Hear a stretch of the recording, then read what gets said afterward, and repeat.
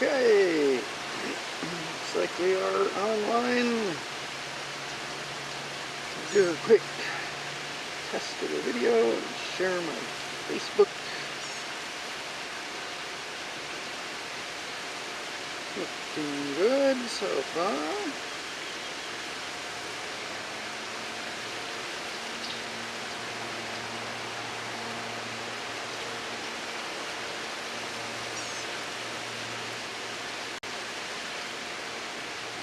Push Facebook to load for me. There we go.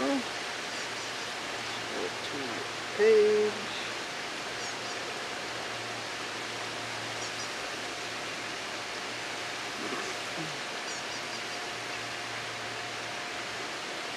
Check the audio.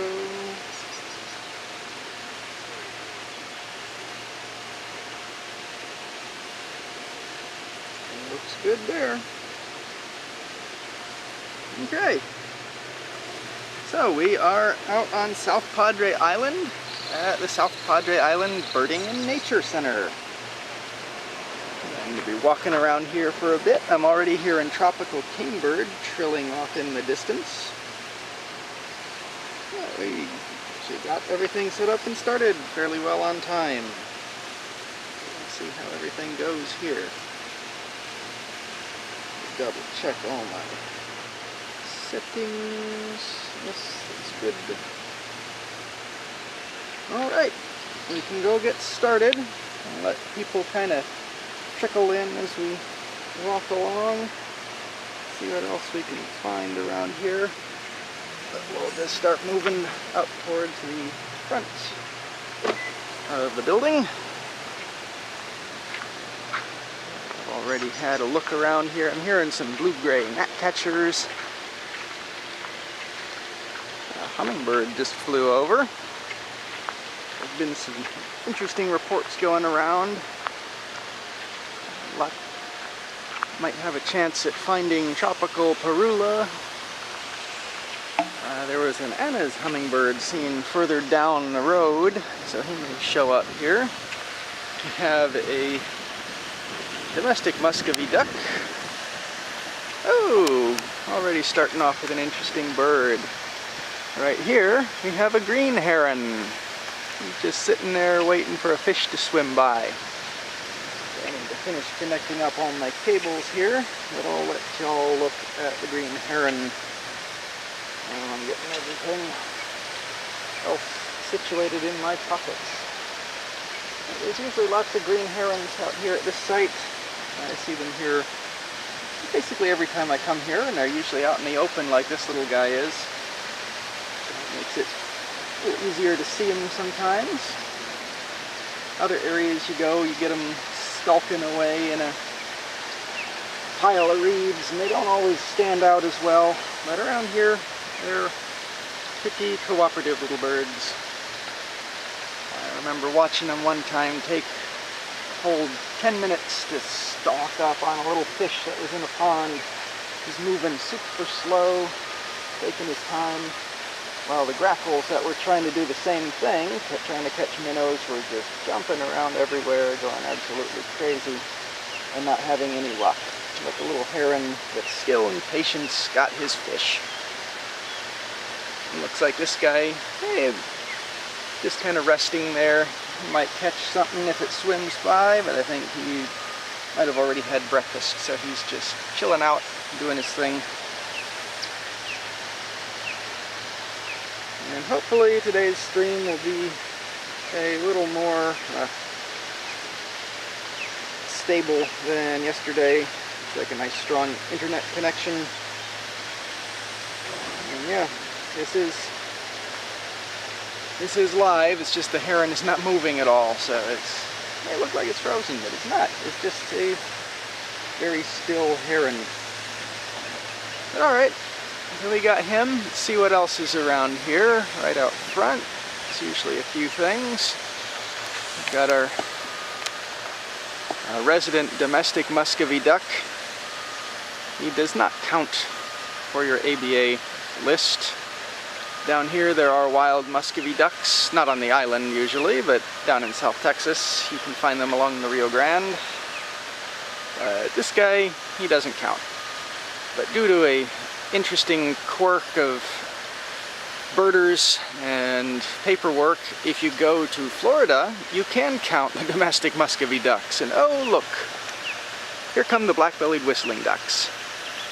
Like someone's kind of giving them a little spook, but bunch of little guys walking around there. You can see their nice bright pink bills, little black bellies. When they fly, they've got nice big white wing patches that flash. They're pretty used to people around here, so you see quite a few of these guys. They're usually hanging out front here. They'll fly around, whistling through the air.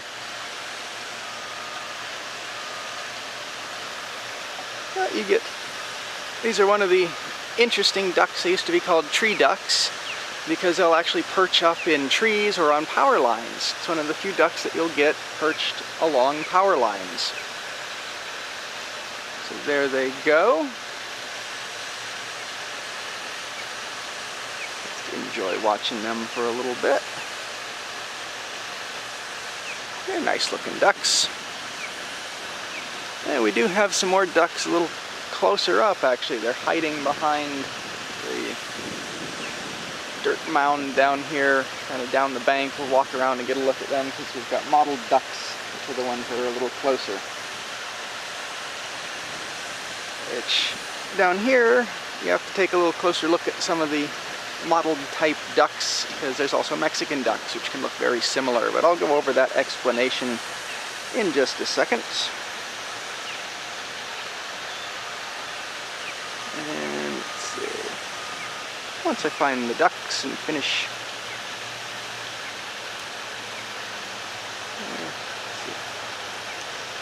There they go too. Take care of all my stuff needed here on Facebook.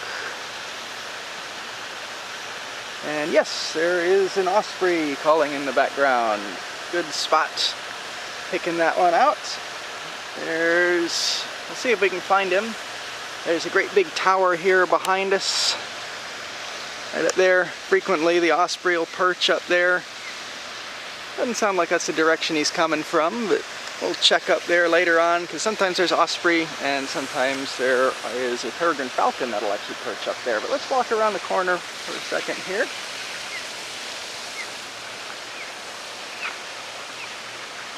We've got this a little front of the birding center. These trees can be really good for migrants, so we'll be sure to check them for warblers.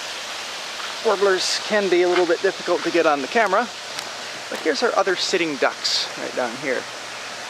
Now these are mottled ducks. They're large, they look like female mallards, but they're not showing it now. But if you look at the wings, you'll see this speculum, that greenish blue patch on the wing when they're showing it. You don't see them on it right now. But when you see that on the wing, it's just bordered by black in the mottled ducks.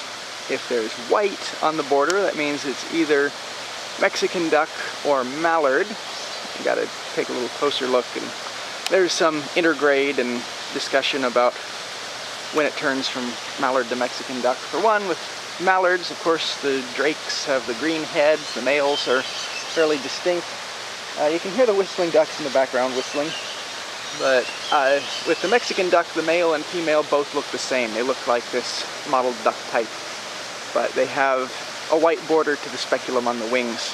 While these mottled ducks, it's just black. So if you can see that, you can always tell if it's mottled or Mexican/mallard. And if it's a black border, it makes it easy. Mottled ducks. And here's another angle of the green heron. Still has not moved from his little spot. He's watching for a fish to go by.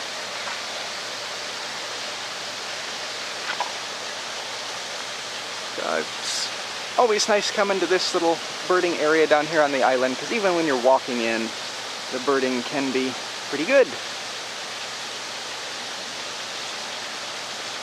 Now let's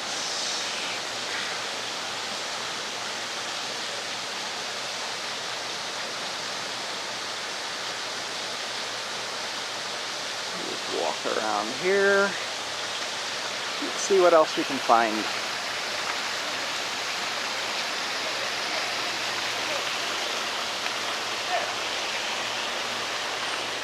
this is the entrance area. They're not having people walk in the front, but you just pay outside. But I've already walked up and paid my admission, got my birder band, and so we'll walk around back here, see if we can get anything. I was up here a couple days ago and had a female bay-breasted warbler, Wilson's warbler right here at the drip. We'll sit here for a few minutes, see if anything turns up in this area.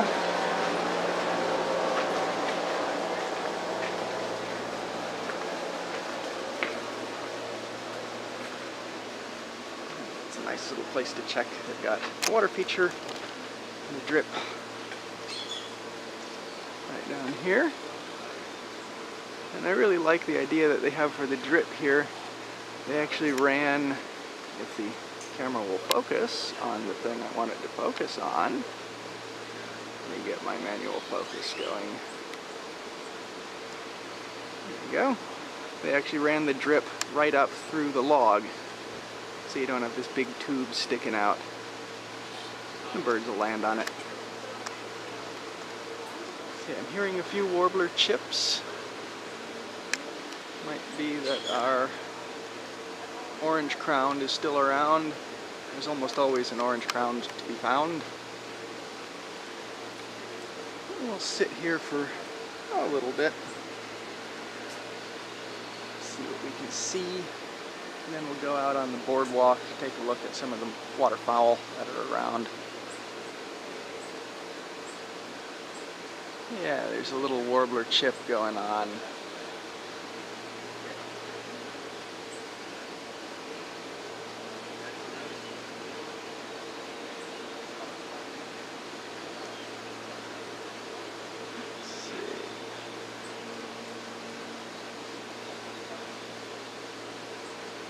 Always has to have a little patience when you're out birding. The birds aren't always right there. Sometimes they are. The whistling ducks can be pretty reliable.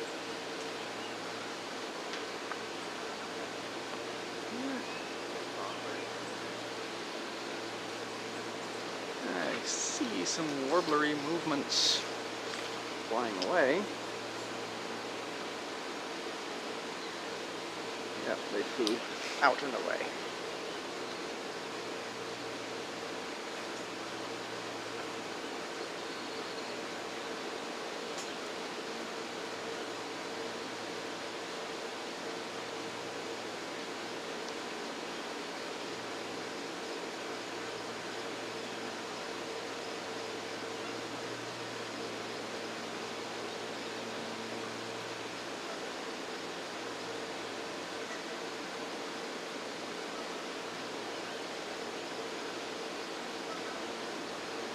It's nice and peaceful out at least. Not too bad on the wind.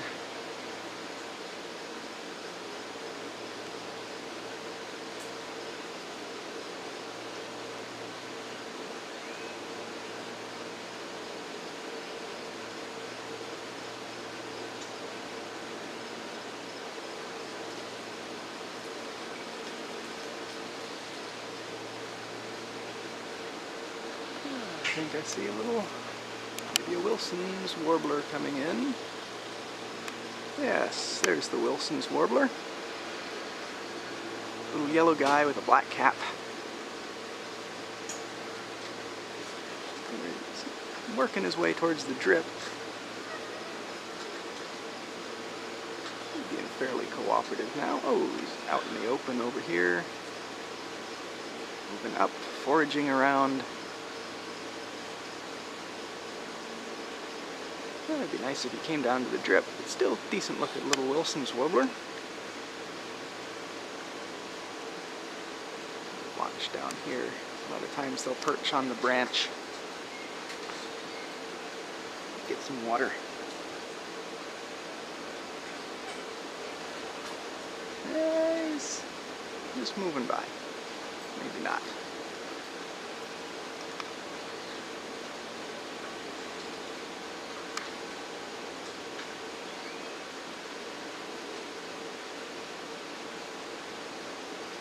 See something a little closer. Looks like an orange crowned warbler up here. Very backlit.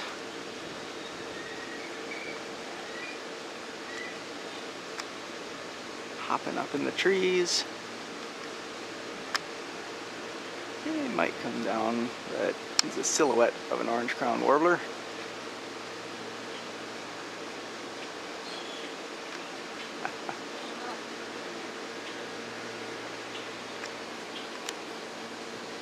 I think it's an orange crown. Just looking while I was hopping if I can get some binoculars on him.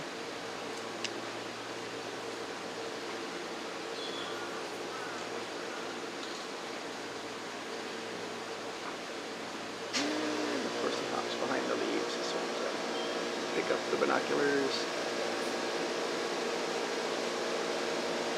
Come on out, little guy.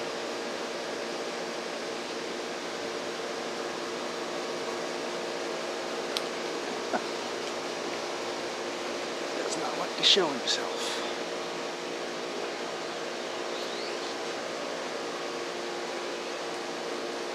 But not too much going on warbler-ishly. Oh, there he is coming down. It actually might be a ruby-crowned kinglet. He's flicking his wings.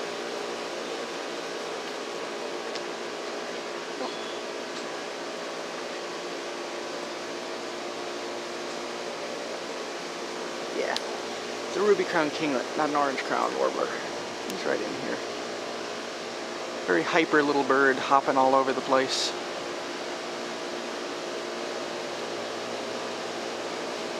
Walking through the leaves.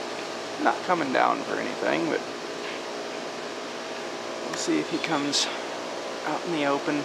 Little ruby-crowned kinglet's a nice little olive bird. You don't usually see the ruby crown on them. You do see the big white wing bars.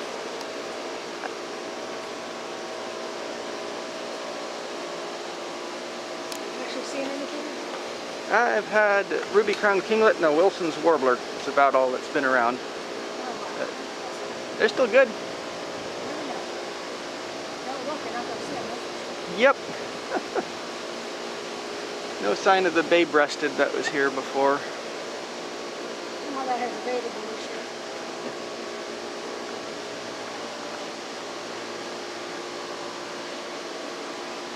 There's the kinglet up in the tree. One day I was out here. I'm supposed to be greeting people. There are people who do. One day I was out here. It was pretty busy. All the birds were behind this fence. Oh. Yeah, not good for photography, but you see them. Yeah. Yeah, I was down here. I think it was a varied bunting that showed up here last year, and it was always working right up and down the fence. That makes it fun. Every time there's something new, there's a whole crowd standing up on this fence. Oh yeah. Oh, there's a catbird down there. Yeah, still. That's one of the common ones up there. Yeah. You know, the bird, I bet you send them out too. I think I had about 5 sitting over around that water feature the other day.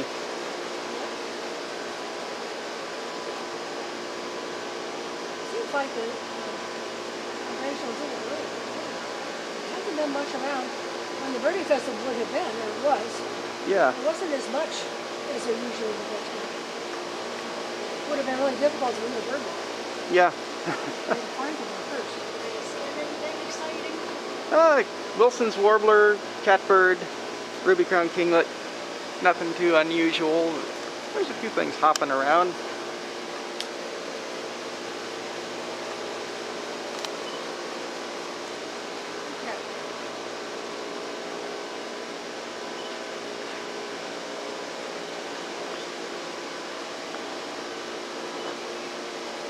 Oh yeah, catbirds skulking down in the bushes.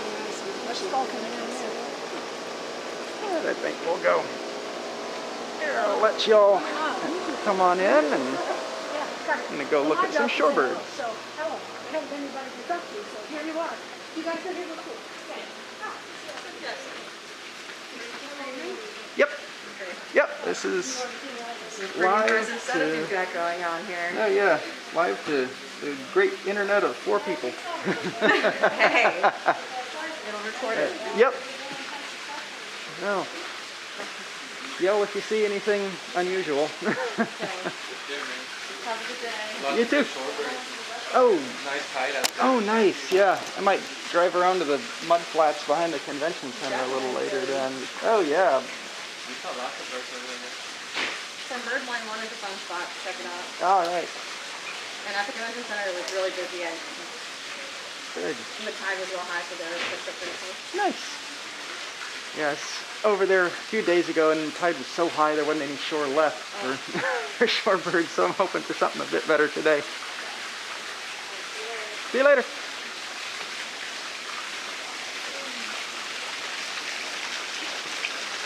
Alright, we get out on the boardwalk here. Got coots, got great blue herons. There's also, it'll angle down this far, but we got alligators. And the alligator rescue out here. You can see there's a bunch of gators down here. I don't know how many of the little guys are out here, but there's quite a few. And over here, great blue heron. And of course the numerous coots.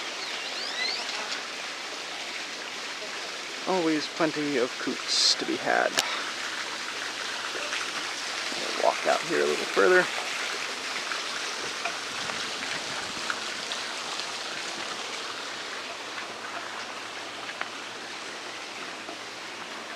I think you can buy gator food, feed the little guys.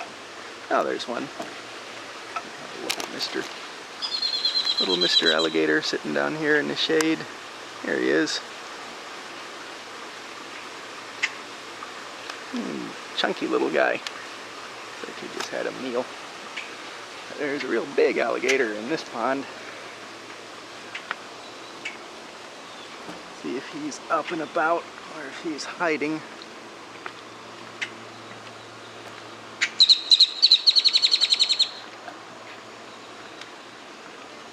I don't see him, and he is a 12-foot long alligator, so you'd think he'd be fairly easy to spot.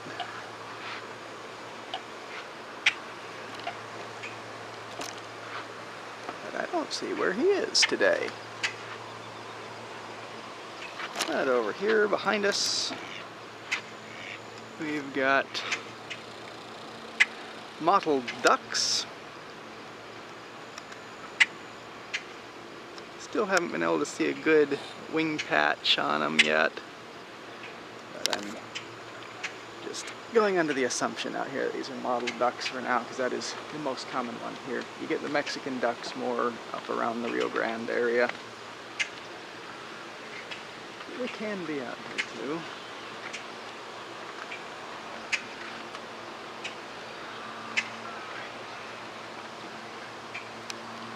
I'm just not seeing that big alligator in here. Big Padre is who's in here. That's his name. But I mean, it's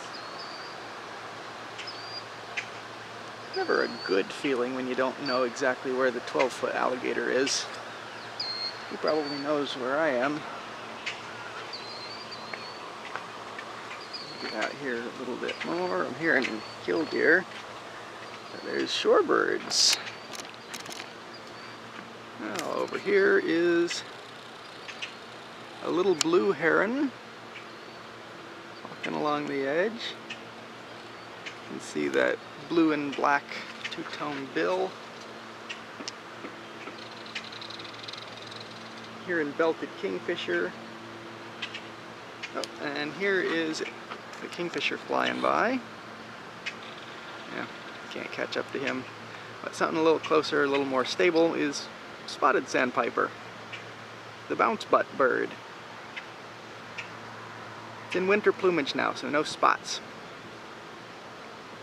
But they've got a little white shoulder patch and just a plain brownish back, which is an easy way to separate them from the solitary sandpiper, which can look similar and be a little confusing when you see these guys in winter plumage. walk up a little further, see if we can get somewhere where we're not just standing around in the sun.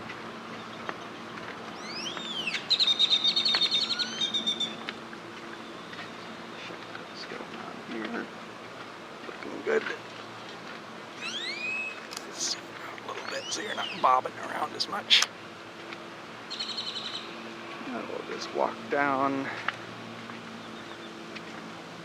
Get a little shade in the blind here, and then zoom in on all the shorebirds that are out there on the mud flats.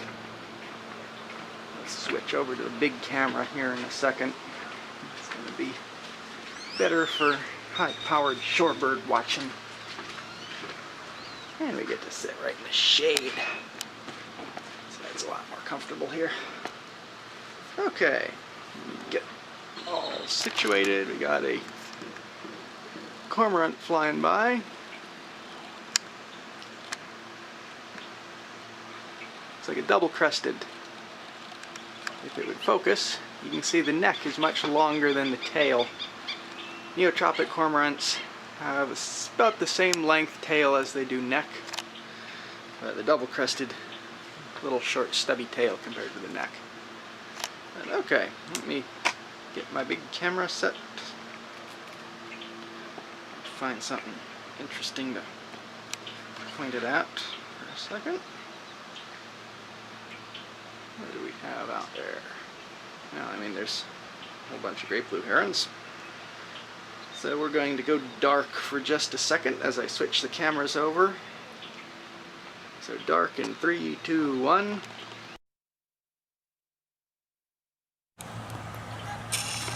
And we're back.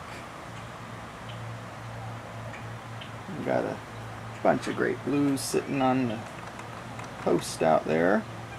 Looks like a reddish egret in the background, just judging on how it's running and doing its funny dance. Brown pelican is coming in. He's going to make a little flyby. He's not going to land by the looks of it.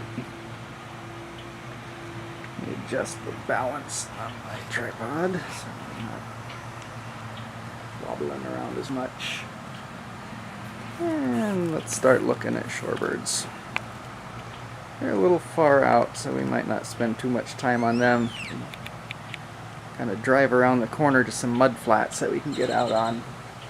Have a better look at some of the shorebirds. Over there we can get a little closer. But as long as these are here, at least the bigger ones, we can have a look at them. Let's see, I think this is a yellow legs up close. Yeah, it looks like a... I don't know. It's a willet. Let me get some binoculars on some of these birds so I don't keep calling out the wrong names by just looking at generic shape. So we've got the willets. Great-tailed grackles. Oh, here's something that's a little close. The willet is walking to the right. And, well, there was a white ibis right there, but he must have gone down in the grass. But willet, it's a little gray bird. There's the white ibis. He's starting to poke his head up. Getting a little heat haze off the mud flats. We might get a little distortion, but the ibis is pecking at something. But when he picks his head up, you can see his big red bill.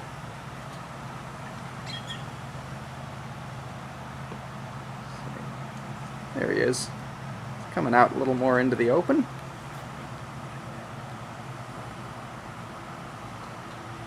There, you can see his face. But that's pretty much going to be the only big white bird out here. Or, not big white bird, but big white ibis that'll be out here. So if you see an ibis that's all white, or even kind of brown and white, well, the adults are all white, or mostly white. They got black wingtips.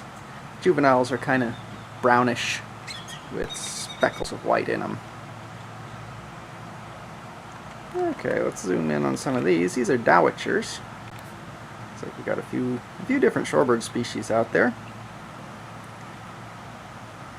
Winter plumage Dowagers, which is this one in the middle, and that one are a little tricky.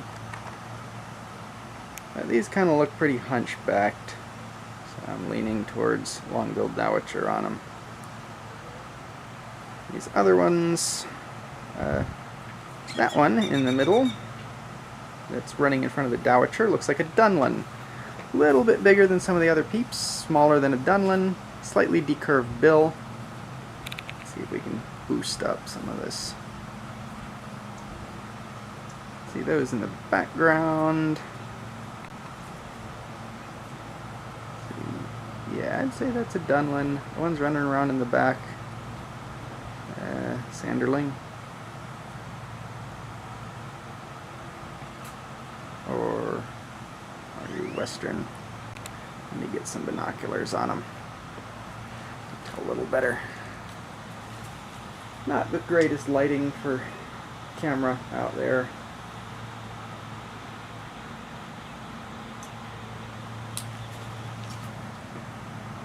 We'll look. There's a whole line of great blue herons.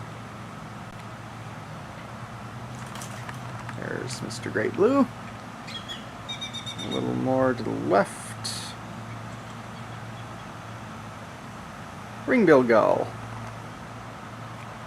There, you can even see the ring around his bill. Little pale yellow legs, yellow beak. Not too dark of a mantle. A little bit larger than a laughing gull. Smaller than a herring gull.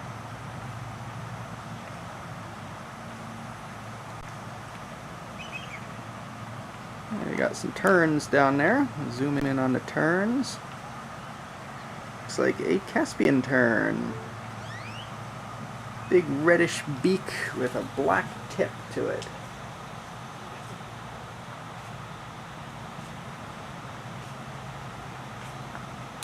And then we got royal tern, lighter orange beak. Yeah, you're fine. Well, there's a royal tern. So you can see if I can zoom out a little bit and get these two in there. It's a comparison. You can see Caspian tern on the right, royal tern on the left. Notice there's different sizes of bill shape. You can notice differences in the color, but Caspian tern's a little bit bigger. Royal tern, a little bit finer bill. Caspian is that big chunky bill, and Caspian is a deeper reddish, while the royal tern has more of an orangey bill. And the royal tern doesn't have that little black tip on it. So occasionally they'll get a little muddy. Ooh, we've got something else interesting flying by. Let's see if I can find you. Or you're gonna land. It's a roseate spoonbill. I love a spoonbill. And a second one. Get that big funny face. Now that is a funky looking bird. I love them. Great big bill. It's hilarious to watch these guys try and build a nest. That bill is great for dredging, which is what he's doing now. They just kind of filter feed through mud and silt, picking up little crustaceans and whatever else they can get their beak around. Yeah, see how they waggle their beak back and forth to filter through the mud and pick up stuff to eat. It's a very specialized bill. Helps them get food, but it makes other tasks a little bit harder, like when you're trying to manipulate some sticks to build a nest. They end up dropping them quite a bit. So it is a lengthy process.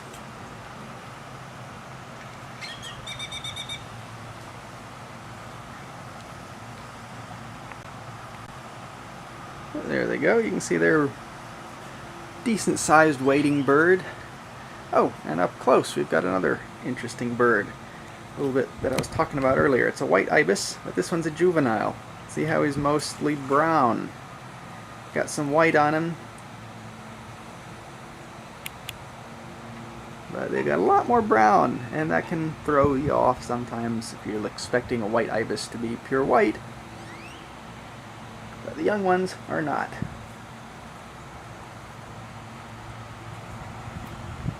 Oh, what else do we have around here? Already looked at that willet over there. If the camera will focus, come on. Autofocus on video does not work very well. But there's our spoonbill again. Thought a second one's further away. Let me do a quick scan with the binoculars. I'll zoom in on spoonbill. Leave you with the spoonbill while I scan. If I can get it to center. Tripod does not like minute movements. There we go. Roseate spoonbill. Good amount of shorebirds out there, Dowagers. And there is a reddish egret. We'll zoom in on him in just a second, and a tricolored heron. A couple more Caspian terns.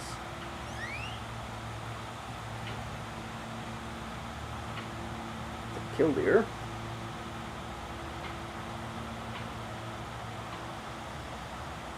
Yeah, let's just go over here. And where'd that reddish egret go? That's a grackle in the grass. Reddish egret, where are you hiding? As soon as I looked away, reddish egret vanished. See if I can find tricolored heron. Tricolored heron should be right over there. There's the tricolored heron. A little distant. But if he turns this way, you'll see he has a white line right down his throat, white belly.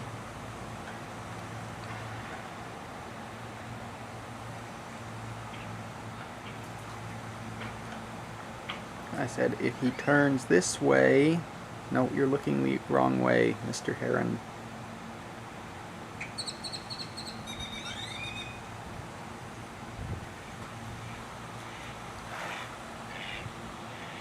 You might be able to make a little bit out on there. And off he goes in search of more food. And I think he just flew off. Oh, there he is, coming back. Oh, he's acting like a reddish egret. Doing the crazy flapping around dance, trying to confuse the fish. It's a tricolored heron that thinks it's a reddish egret.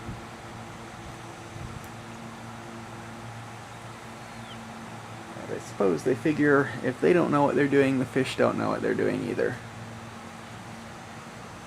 The opposite of the stealthy green heron that I was talking about earlier.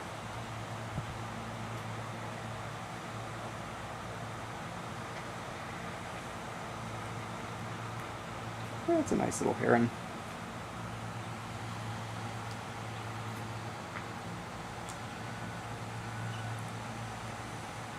See, more tricolored flying by.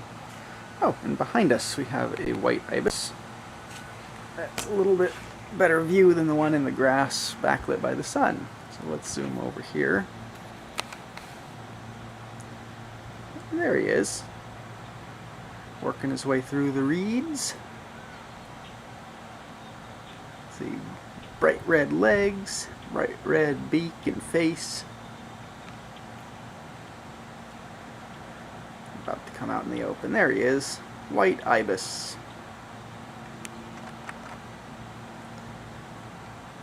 And swimming towards us, I've got something else.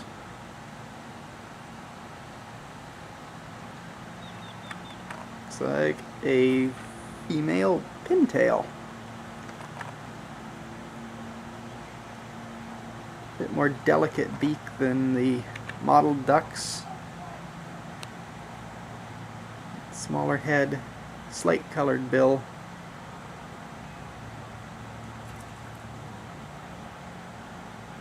He's just swimming right on over. That's a female pintail, yeah. It'd be nice if Mr. Pintail showed up. He's a rather striking duck.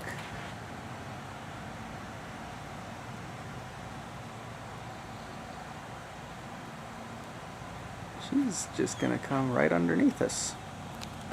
I'm gonna have to zoom out. Oh, she's going behind the railing. You used to getting fed, or you just going somewhere?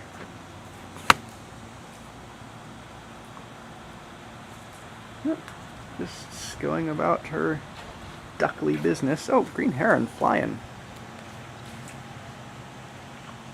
Yeah, you can see all the fish jumping when the heron goes by. Spooked up a bunch of fish.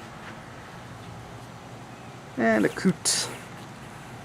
Probably one of the closer looks we've gotten at coots on this trip. Just all dark with a bright white beak. He's swimming his way along. Coots are very common out here. I am hearing a warbler-like chip coming from over here. Howdy.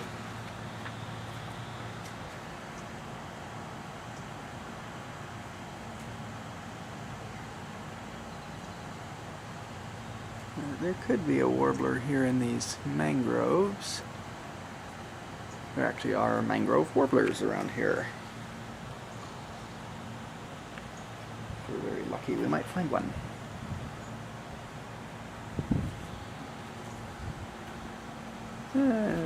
Here's a nice comparison shot of ducks. Mottled duck and female pintail.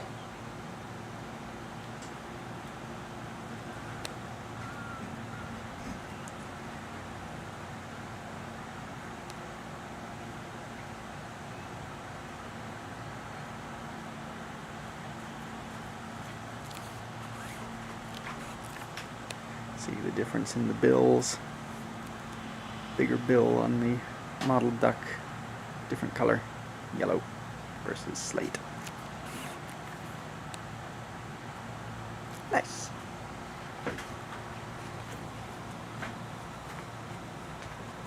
Hi. Howdy. Alright, I think we'll walk up to the next. Ooh, hawk coming in. If I can find it, there it is. What hawk are you? I think it's a harrier. Yeah. Photograph those shorebirds out there. Yeah, Oh, and all the shorebirds are gonna go crazy. Far away, but Yeah, there's a harrier. I don't know the names of them. My wife knows what they've done. I think it might be looking for the tasty sandpiper. No, it's actually ignoring the shorebirds, and the shorebirds are ignoring it. Yeah, nice female harrier. Females are this brownish color, and the males are gray. You're fine. You're fine. Yep.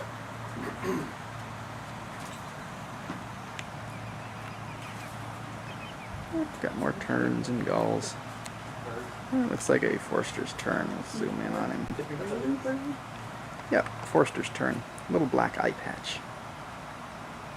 And a bunch of laughing gulls.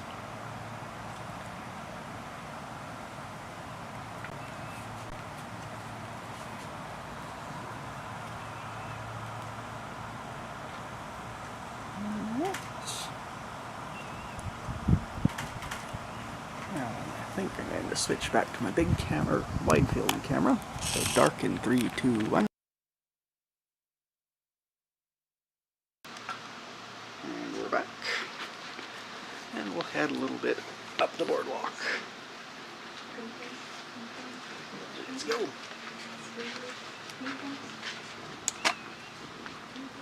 Here we go. Head up to the next little blind up here. See if there's anything out in the bay. Maybe find this little warbler that's chipping behind us. Because the warblers will hang out in the mangroves, just in general. But there's one subspecies of yellow warbler called the Mangrove Warbler who lives almost exclusively in the mangroves. And they're a neat little bird. They've got a little red head. Unlike most other yellow warblers, you see they just have little red stripes. There's another look at the white ibis. He's doing his thing.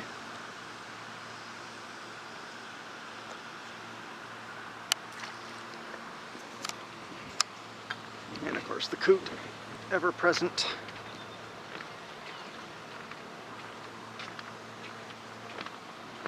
Get out here to the end.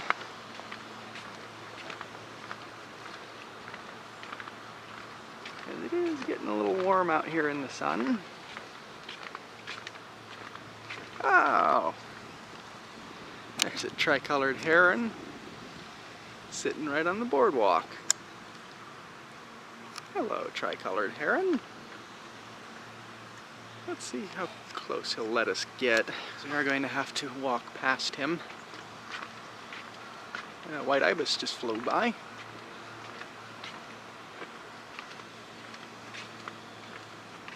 Seems like a fairly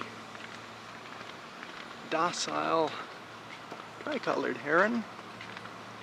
There's more white ibis on the railings down there. He's letting us get real close.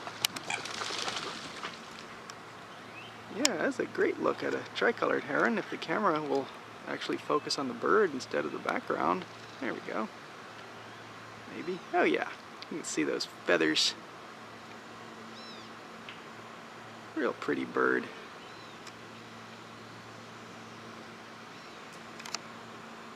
Alright, Mr. Tricolored Heron. I think that was just a monarch butterfly that flew in front of him.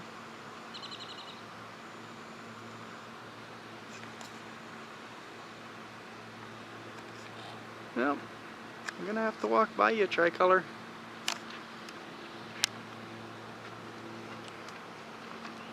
He's watching. I think you're gonna have to... Well, are you gonna fly?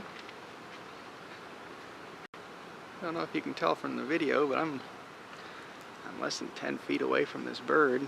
He's just sitting there.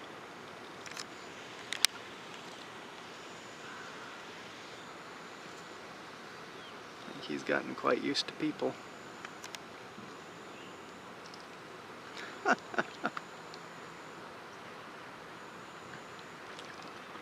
Nice look at the heron.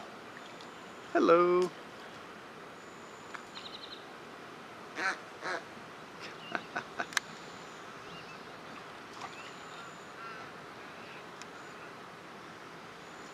I think he's finally noticing I'm a little closer than he feels comfortable with. But I gotta walk by you, guy.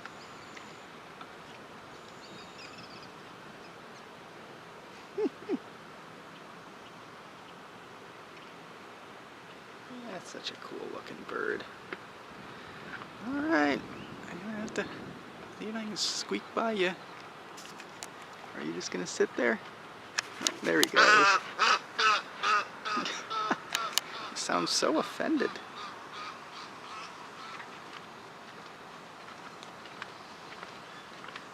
And here's a little gaggle of white ibis. Gonna have to play the how close can we get game with these guys too. They're already looking a little more nervous, but oh, there you go. This one here's not quite as skittish. A good look at the ibis.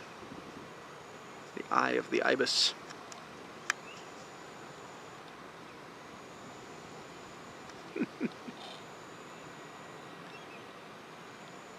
Nice bird. And off he goes.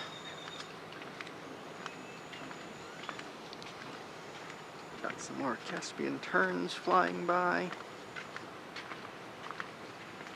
Yeah, we've got lots of fish. Not sure what type of fish they are, but there's always lots of these guys in here. If anyone out there watching knows what they are, please leave a comment. Save me looking it up later.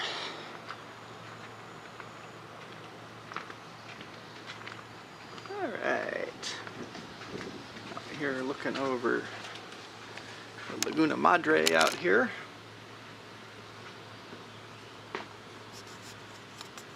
Oftentimes there's rafts of ducks that'll float out there, but I think we may be a little early. There's a fisherman. So you can see it's not very deep. So even little dabbling ducks, you don't have to have the diving ducks necessarily being out there. Though usually it's stuff like redhead and canvasback and mergansers that like to dive a little deeper that you'll find out here. But nothing today.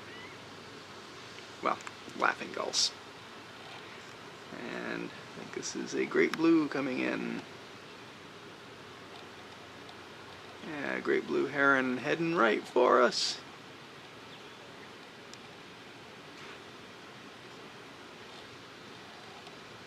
He flies right by.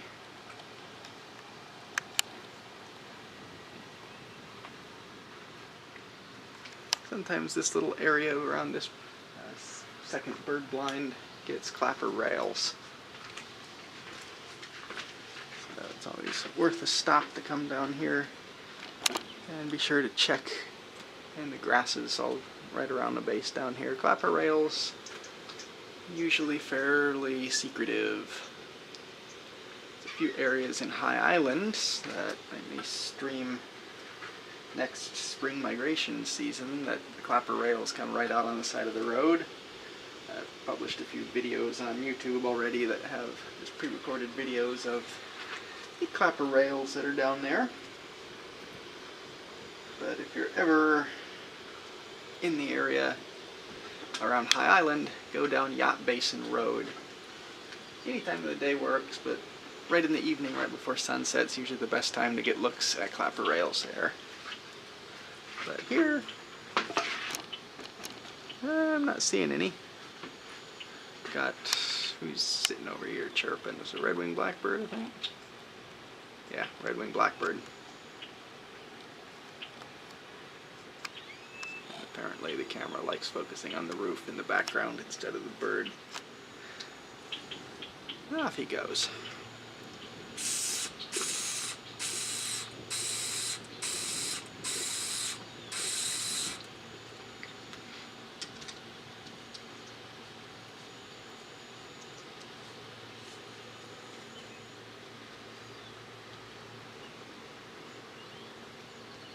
Kind of slow. I'd hope there'd be a few more ducks out here.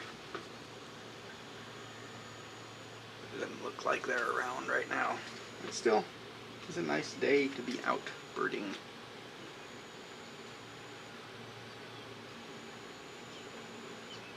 Make sure everything's looking good. Yeah. Is the upside to birding out here on South Padre Island is lots of nice internet service. I think they build everything up nice and robust for all the tourists that come out here during mostly spring break is when the biggest rush is. So if you're wanting to bird, don't come down here during spring break. But for the rest of the year, all that big built-up infrastructure is great because it gives us nice fast internet and nice cheap hotels. They build so many of them, they just need to fill them up with people.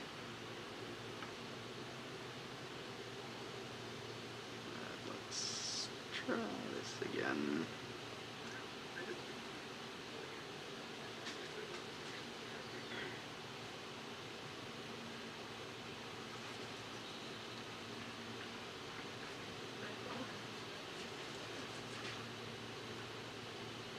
White ibis are flying away. Ooh, duck! There's a duck flying. It's gone. I think it was a male pintail.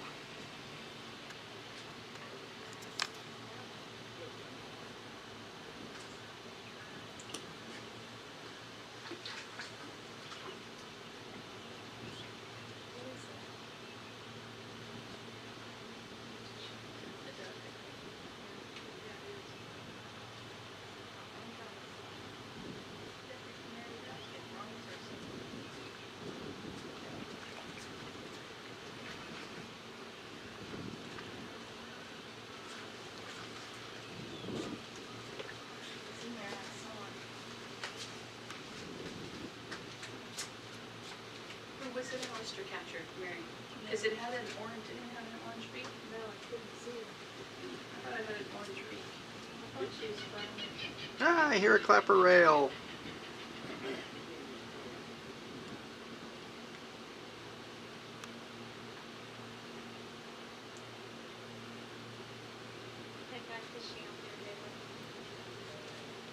She's hiding and she won't come out. There's something in here that See what else we can find.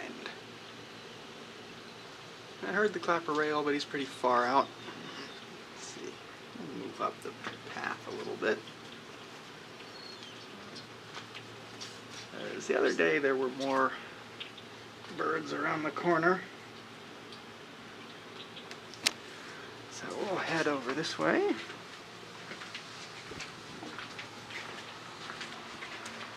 And go right up here. For those of you who are just tuning in, we are at the South Padre Island Birding Center. Ooh, frigate birds! Magnificent frigate birds up in the sky. If I can get a focus on them, there's one. Oh, cool! Those big pointed wings, white throat, pointy tail. Super graceful flying birds. Oh, look at that! Ha ha! He's soaring around up there. Oh, great. Cool. All right. That was always a treat to get the frigate birds.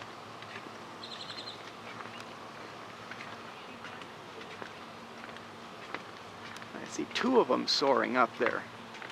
That's absolutely great.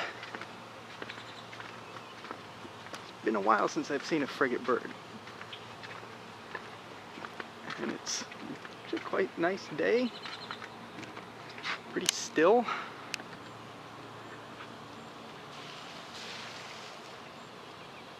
There's ducks flying in behind us, mottled ducks. And we've got, let's see, I'm going to switch over to the big camera and try and get a better look at these frigate birds, because my little zoom camcorder doesn't quite do it justice. So it's going to go dark for a second, and so switch over in 3, 2, 1. And there we go. And there is the frigate bird. A little clearer view. Let's try zooming in on him. There he is. Magnificent frigate bird. Still kind of backlit. Gotta wash it out to get a good view. There he goes. Just circling around right over the Laguna Madre. Great. I think this is the second one. Doesn't have the white throat. See his little forked tail. Nice.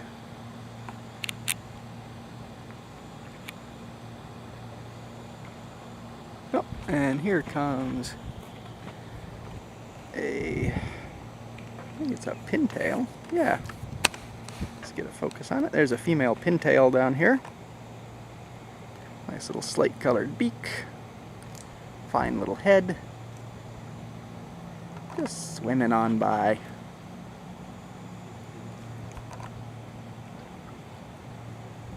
And she's gonna go join up with a few American coots. There's a good look at a coot. You can even see its little red eye. Got a white beak, black body, little red forehead shield, and a red eye. Hello, coot. Alright, well, frigate birds have moved off. I'm not seeing any more ducks out over the lake, or over the water. So I'm going to switch back to my wider field camera. So dark in 3, 2, 1. And we are back. Move on a little further up the trail.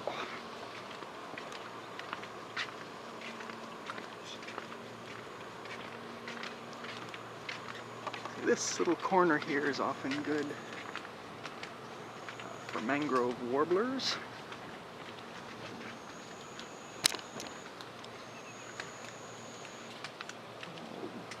Check and listen around here for a bit.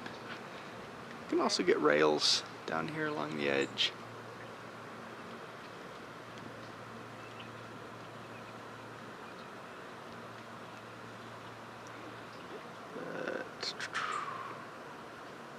Chip, I do hear a chip.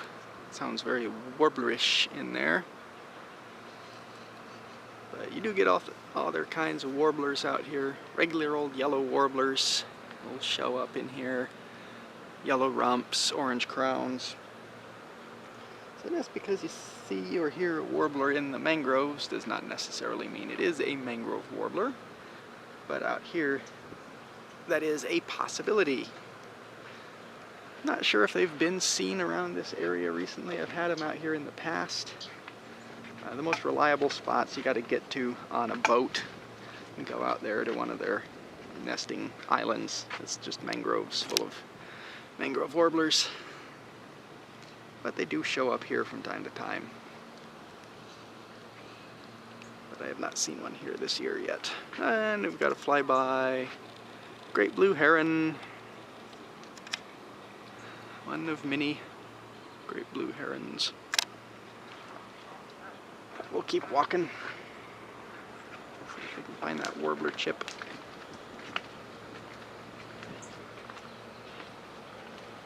I think they've got something up here. But yeah, there's a chip coming in out here. Chip. Somewhere. Oh, I think I see him. Let me get some binoculars on it. Oh.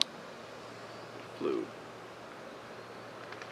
As soon as you get binoculars on something, it always flies away. Oh, mangrove warbler. Come on, zoom in on him. There he is. Mangrove warbler. Little red-headed yellow warbler. Cool. Well, I guess that confirms he's still here. Huh. First time this year I've got him. Let's see if we can get a closer look.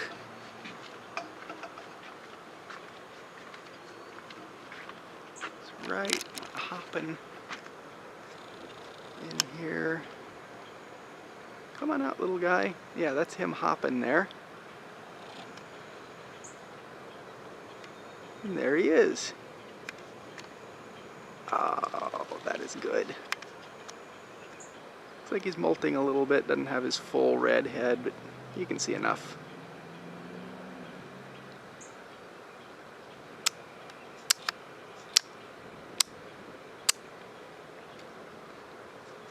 Let's move a little further back in. Come on out, little guy, I can still see you. So for a little better view, I'm going to go ahead and switch over to the big camera again. So dark in 3, 2, 1. And we're back. We'll see if the little mangrove warbler will stick his head out again.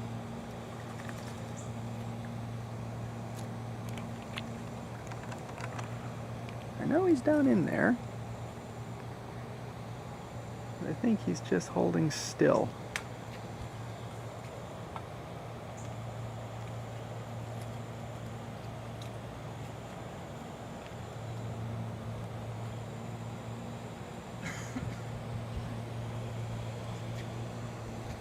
I still hear the chip.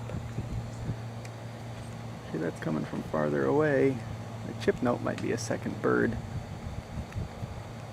Because I think this guy is still right down here somewhere. Psst, psst, psst, psst, psst. Psst, psst, psst, psst, psst, psst.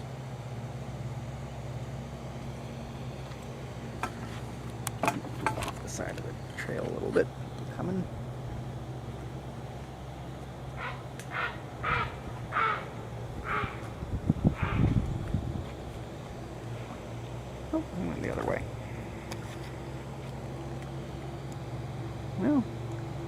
know where this little mangrove warbler got off to. Would have been great to see him again. Would have been great for him to sit up on top of the mangrove and sing. You can wish for a lot of stuff. The birds don't always make it happen. But we'll go up a little bit further. I think there's some ducks right down here that this other guy was taking pictures of. We'll check out some of the ducks and see if Mr. Mangrove will pop back out again. But if you missed the Mangrove Warbler, that's the great thing about live stream videoing. You can always just go back in the timeline and see if you can look at him there. I'm not sure if Facebook saves the video long term, but I know YouTube does, and this will all be live on my YouTube channel. Even afterwards, the video will be saved on my Who They Be in YouTube channel, so be sure to check it out. But we've got mottled ducks. And I don't see the mangrove anywhere. Duck's taking a bath. Oh, I just saw a warbler fly by. See if he will hop back up somewhere. Duck bath time.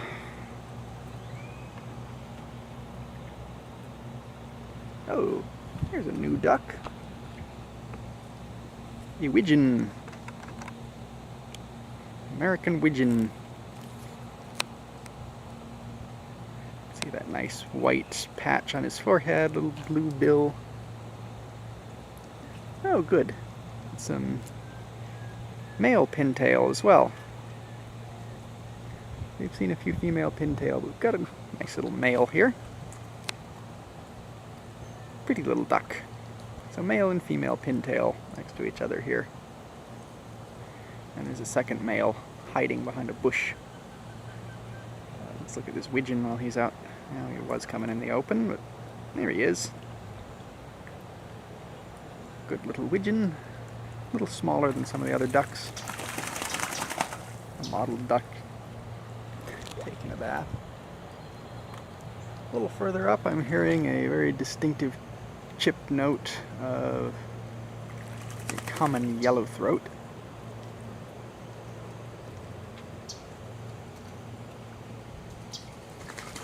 Or maybe not common yellowthroat. That could be a second. Oh no, it is the yellowthroat. I'm trying to turn more stuff into mangrove warblers, but the yellowthroat just flew across the path. Sitting there chipping in the tree. We'll see if we can get a look at him. It's a very smart looking little warbler. Little bird. Come on out, little guy.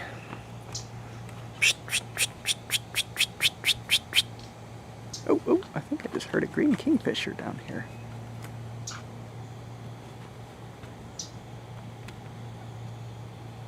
Maybe that's just me being optimistic, but I thought I heard crackling of a green kingfisher.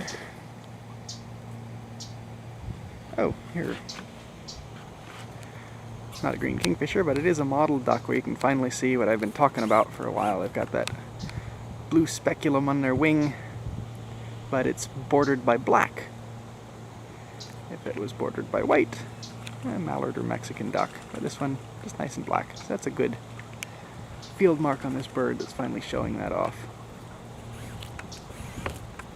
Yellowthroat is still chipping away. Hopefully things aren't getting too laggy. My computer is starting to overheat a little bit.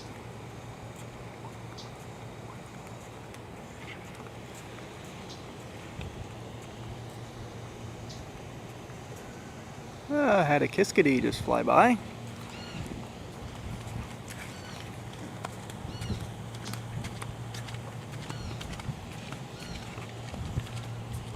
Hear the kiskadee going ee, ee in the distance.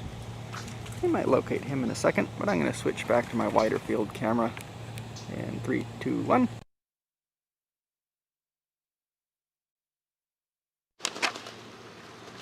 And we're back. I'm going to let my big camera get overheated too badly here.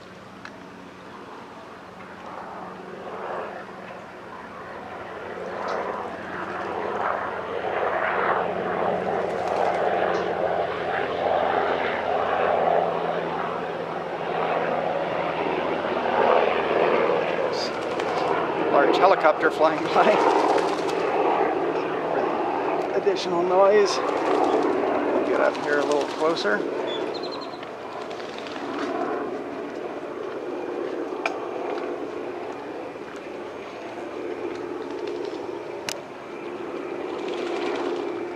See, this is another little area where Mangrove Warbler sometimes hangs out.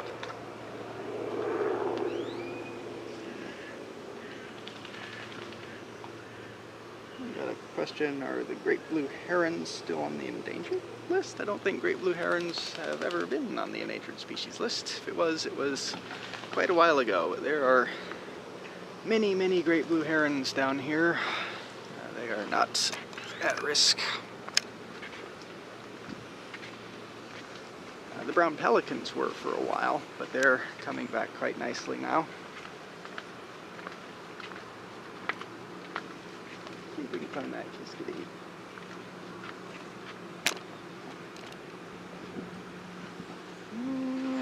No, I don't see him. I have had the kiskadees down this little side channel before, acting like kingfishers. Whew. It's getting warm out here.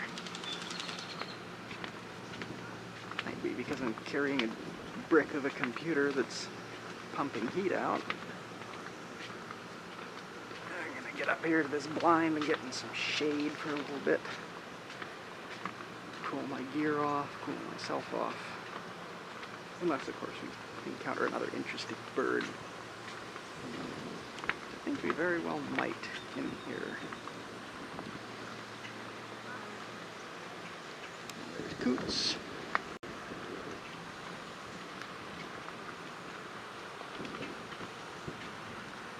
Sometimes you can get sora down in the grasses along the side here. Oh, there's some more ducks. Black-bellied whistling ducks. Oh, that is a nice male pintail down here. I'll get him in the scope. Or the camera. I'm still in bird guide mode. Stuff in scopes. There he is. Nice male pintail. With a younger male next to him, and a few females, and some widgeon.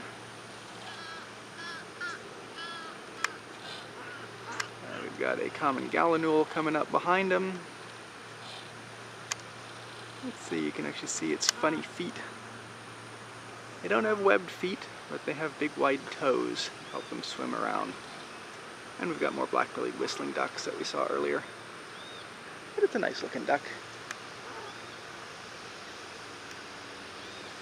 Got in the background a tricolored heron walking through the water. Got yet another great blue heron and two white ibis, glaringly white in this nice bright sun. Here, green heron. Oh, there's a grebe. I see a grebe. No, it's not a grebe. Get some fins on whatever you are. It's a duck.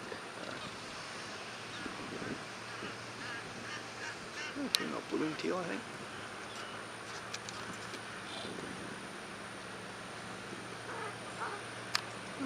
Go a little further up.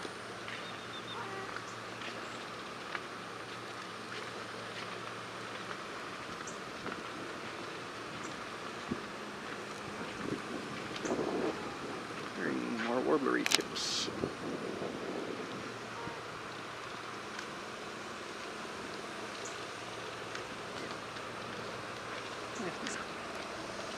Up here a little further. Oh, there's an alligator.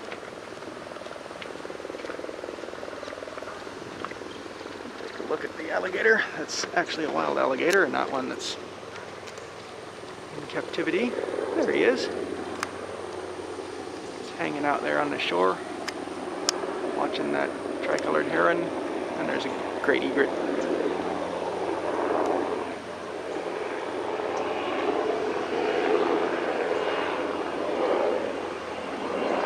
Got a belted kingfisher in the sky. camera will focus. There he is. Or not. Camera focuses on everything with the birds. Is that? No, that's a whirly bird.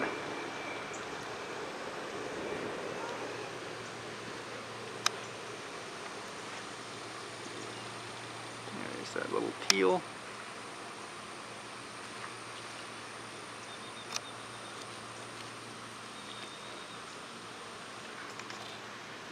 Great egret's coming closer.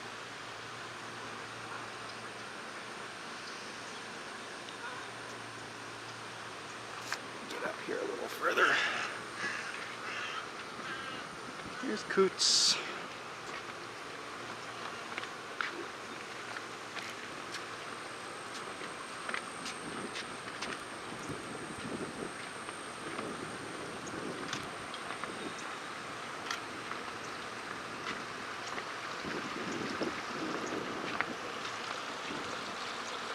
Here is the shade.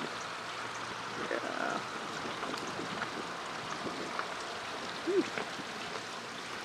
Getting toasty out there. I'll just sit here, let the equipment and myself cool off a little bit and see what might come around. Sometimes you get least bitterns up in the reeds here, or common yellow throats.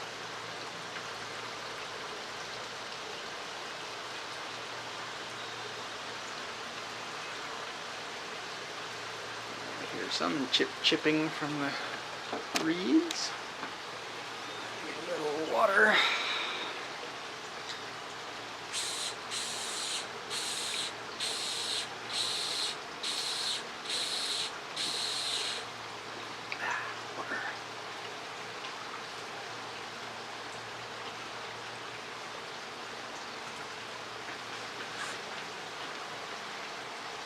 Let's see, there's fish.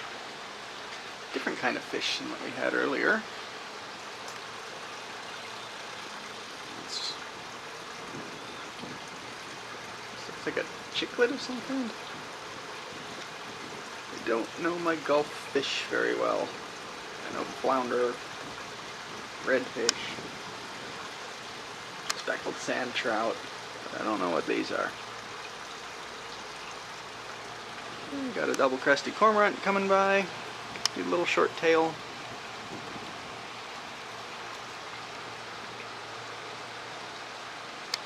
Anything else around the pond? All the interesting birds are out where you have to stand in the sun. Oh, oh. Here. Might be something over here.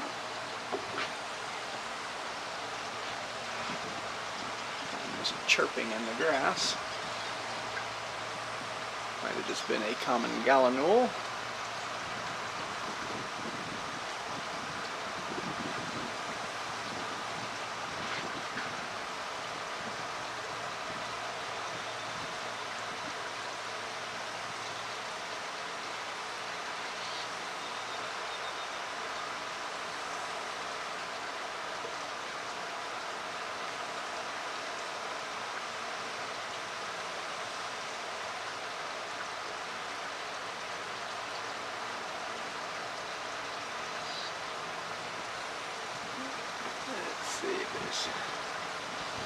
Oh, there's a blue-winged teal flying in. Quick flyby of a male blue-winged teal. You can hear the kyo kyo of a green heron. Oh, and I was going to check for that osprey over here. Might as well do that. Look at the shade. He's not sitting up on his tower right now. There's a common gallinule we might as well look at. This little white rump, red beak with a yellow tip. I talked about it a bit yesterday. Might as well talk about it for the people that have not tuned in before. The common gallinule if you look it up in some of your older bird guides, it would be called a common moorhen. But there's also a common moorhen over in Europe, where they're actually on the moors. So they got to retain the name, while these guys, which are related to our purple gallinule over here, they are actually a type of gallinule, they got their name updated to common gallinule instead of the older name of common moorhen, just to avoid confusion of having two different birds with the same name. So if you're looking in your field guide and you see common moorhen, and then you go to eBird and you're birding here in Texas and you try and put common moorhen in, it might not like it as much because it thinks that those are still birds from over in Europe. And one could potentially show up here, but probably you're going to want to put down common gallinule instead, because that is the most common one here. But if you do actually see a common moorhen and is around here, report it, and I'll probably be out there within a day or so. That would be a nice rare bird. I hear the kiskadee. I don't see the kiskadee, but I hear him. He's over here somewhere. Going ree! Sounds like he's back around the HQ. That's the headquarters building for South Padre Island Birding Center. And then right over there, that big building is the convention center, which is another great place to bird. They have their own boardwalk. You can see they go right next to each other. There's two boardwalks there, but they don't connect because that one over there is free, and this one over here you gotta pay a few bucks to get in. So we are on the premium boardwalk right now, while the free-to-play boardwalk is over there. We might go over there a little later, because birds are pretty good. This one lets us put our back to the sun more often. We're not looking into the sun as much. And the trees over there at the convention center are excellent during migration time. When I was there a couple days ago, they didn't put the oranges out, but when there's fresh oranges, you get tanagers and some orioles sometimes, and warblers that'll come up and feed on them. They got a nice water feature. And the weather's also really nice right now, which means not the greatest for migrants. Well, it's great for the migrants themselves. They can migrate very easily, but they don't want to land in all the birding hotspots that us birders want them to be in, so we don't see quite as many of them. It's great for the birds, though.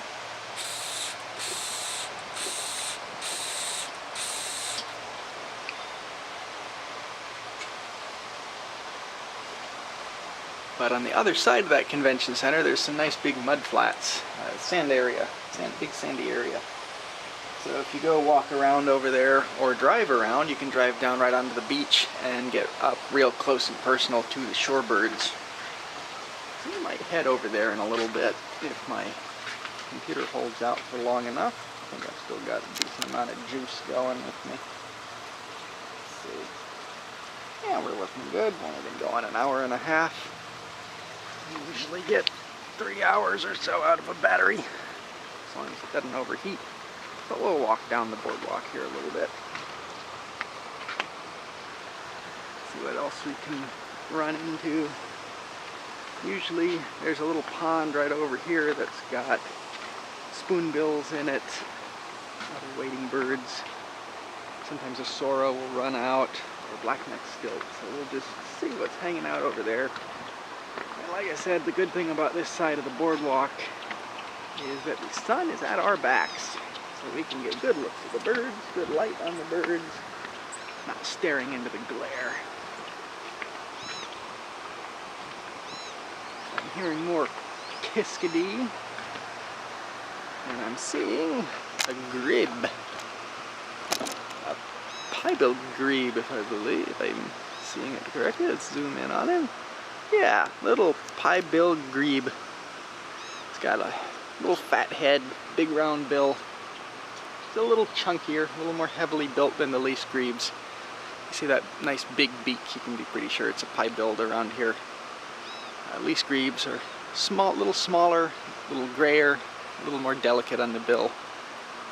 And something like an eared grebe would have a much more slender neck. a little pie-billed grebe. They are our most common marsh-dwelling grebe around here. Well, excuse you. There's a common gallinule chirping at me from right under the boardwalk.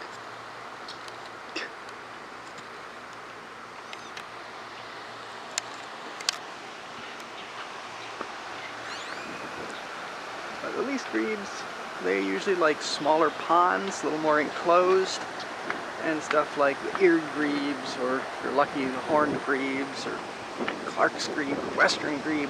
They're more open water grebes. They like lakes. They'd be out kind of on the Laguna Madre, deeper water. As always, birds don't always read field guide. They don't always go by the book, and they can turn up anywhere. So always be ready for anything. But it just gives you a little more expectation if you know what's supposed to be there. Then you can get real excited if you find something that's not supposed to be there. Well, I don't see the spoonbills here today. I do see, looks like black-necked stilts out there. Get a little closer. But this is the little pond that they're usually on. We'll walk up a little closer here. I'll zoom in on the black-necked stilts. We can get a look at them. See another green heron. Looks like another pintail out there further. There was a stilt sandpiper in here the other day, and some greater yellow legs. But I don't see them here today either. Birds have wings, they fly away. Let's have a look at them. We'll zoom on in. There's the black-necked stilts. You can see those big pink legs, yin-yang head, black and white, very round head.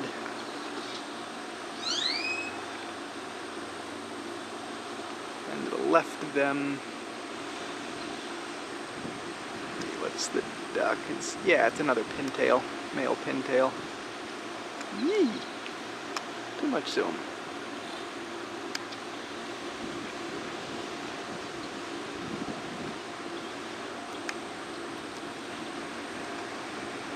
Walk up a little closer. What do we have here? A little closer. Oh, it's another green heron on a log. Might as well look at him. Green heron. Decent light on him. The log's a bit in the way. Yeah, we'll walk up a little further. This grassy area to either side here can be good for Sora. A number of times I've had Sora and least bittern right along this area of the path.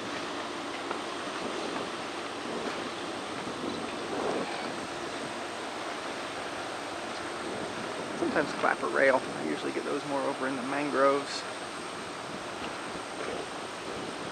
Mottled ducks, common gallinule.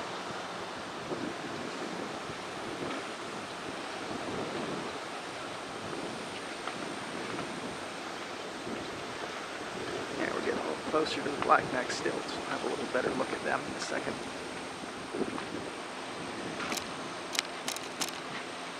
Yeah. There's the black-necked stilts.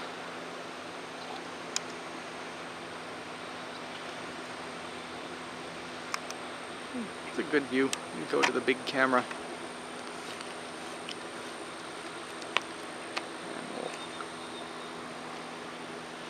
Switching in 3, 2, 1.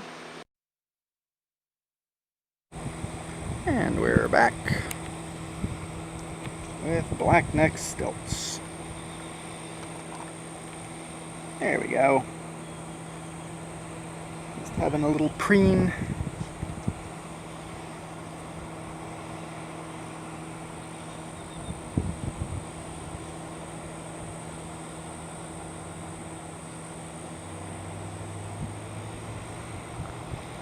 Good looking birds. Let's see, fine with the computer. It's not getting too hot.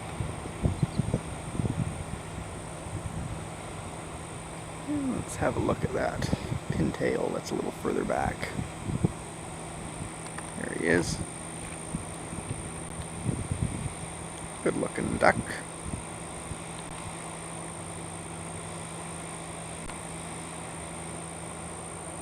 And the green heron's right over here as well. Get a little better light on him. There he is, having a preen.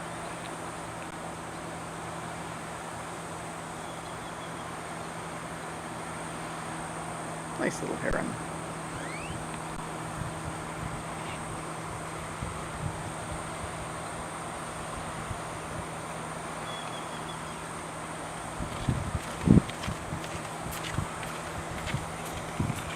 Okay. I think we'll switch back to the wide field camera and move on a little further. There's not too much activity out here right now. I don't know where that osprey got off to, but switching, be dark in 3, 2, 1. And we're back.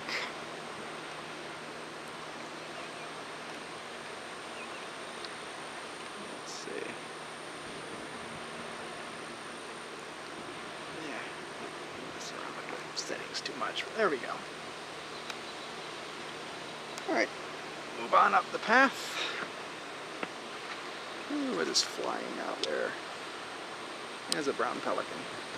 Okay, we'll move on up. Right. Get around the corner. Ooh! Yeah, you can look at the boardwalk if you want. Knock the tripod down a little more.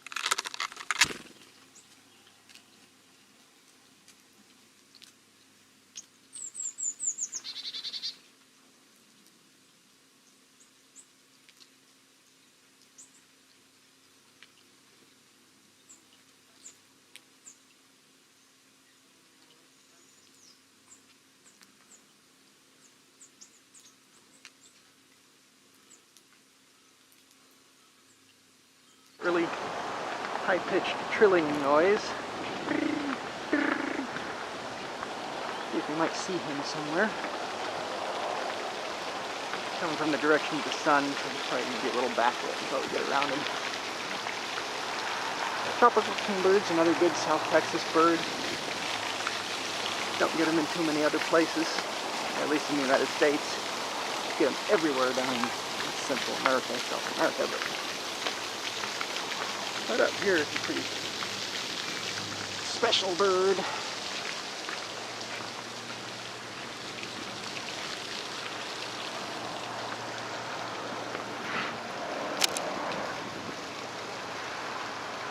I think I see it.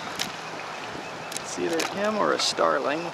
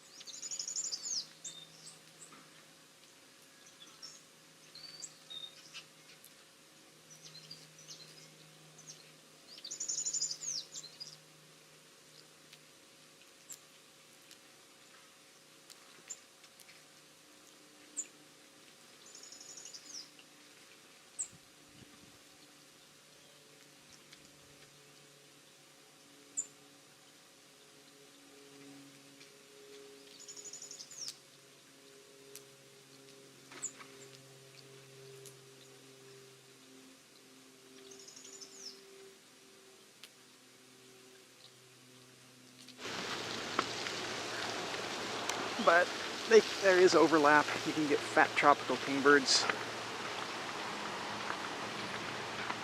Yeah, I think I see a warbler. And he just flew away. We'll get up here a little bit. Maybe we can catch him. I think it's a yellow rump. Gotta have our daily butterbutt.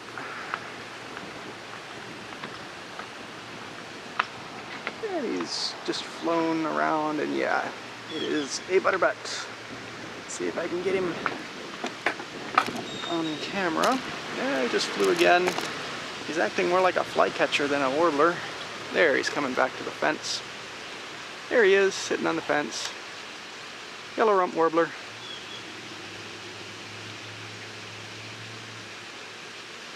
And he's got a lot of backlighting going on here, so you can't really see too many field marks on him. But when he flies out into the field, you can see that little yellow rump. Or, well, I can see the little yellow rump. And he's giving his little chip call. Yeah, there's our daily butterbutt.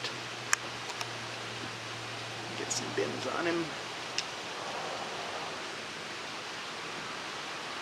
And yeah, he's a myrtle subspecies yellow rump warbler. That's the most common one down here. Myrtle yellow rumps have white throats. Audubon's yellow rumps have yellow throats. It's a fairly easy subspecies to split.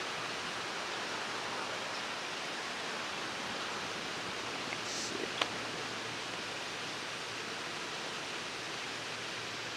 Yeah, he's just really backlit.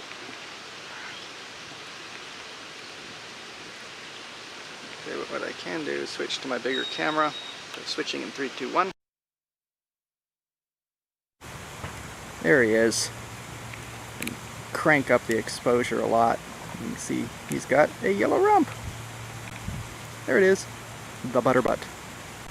And he flies away. Alright, switching back to the wide field camera. Dark in 3, 2, 1. And back. Oh, cool. Got our yellow rump. And we'll head over to the car.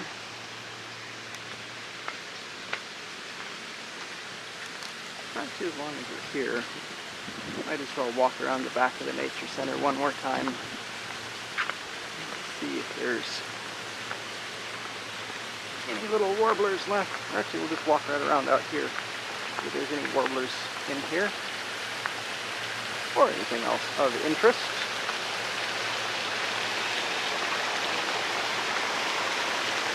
Seeing hummingbirds zipping around. Probably a few ruby throats, maybe some black chins. Ooh, nice and shady and cool by the water.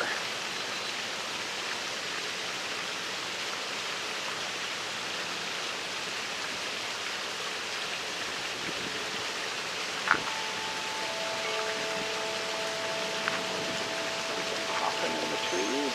Tree somethings. More butterbutts. A ruby crowned kinglet. And we'll bring you over here. They're hopping up here.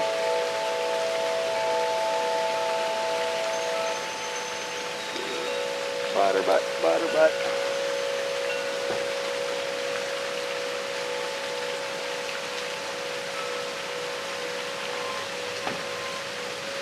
There's another kinglet. Lots of yellow rumps and kinglets.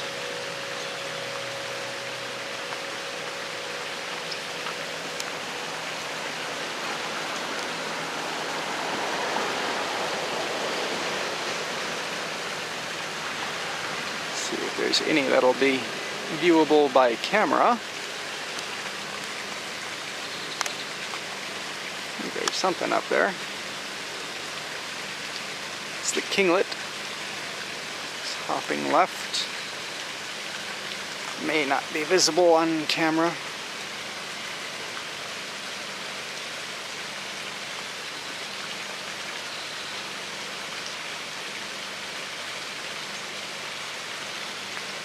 Butterbutt flying by.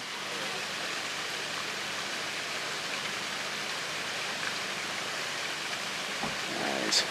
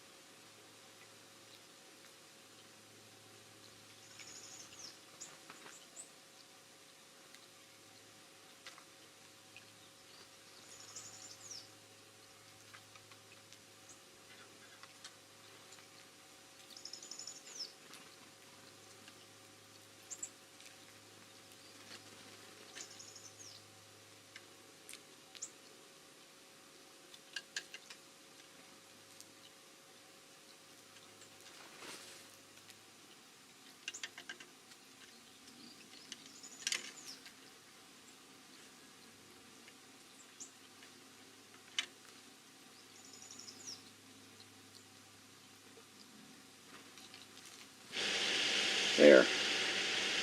Okay, I bumped the wrong thing, so you were looking at a pre-recorded video of my backyard for a while. Okay, but I am finally in the car. Alright, air conditioning time. Apologize for the noise of the air conditioning, but it's hot. This is a lot of gear. Let me get this off to the side.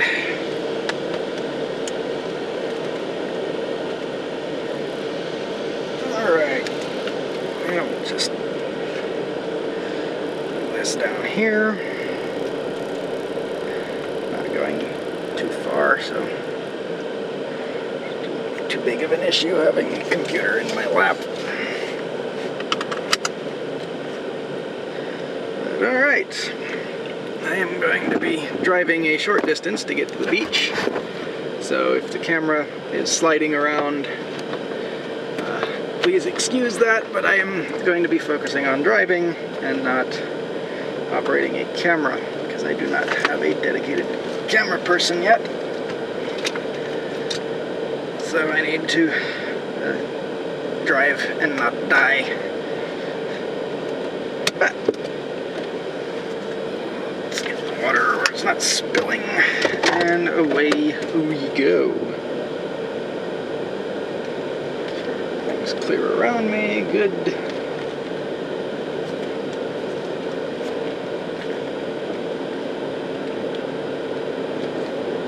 Alright, good morning at the Birding and Nature Center. Lots of nice birds. If you're just tuning in now, you can always go back on my YouTube timeline, and after I stop the stream, it'll all probably take a day, and it'll eventually show up on my YouTube channel if you want to go back and watch the rest of what happened. Of course, you can always subscribe to the Hoot Avian YouTube channel if you have not already. Every new subscriber helps me out. And you can go back and look at all the cool stuff we saw earlier in the day, like black-bellied whistling ducks. We had magnificent frigate bird. I got very excited because we got a Mangrove Warbler, which is the yellow warbler subspecies,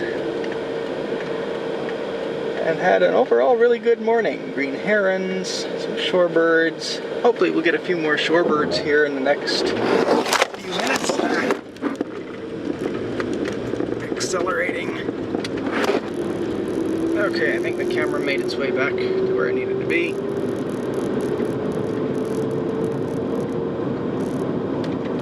I'll fix it in just a second. Let's get up here.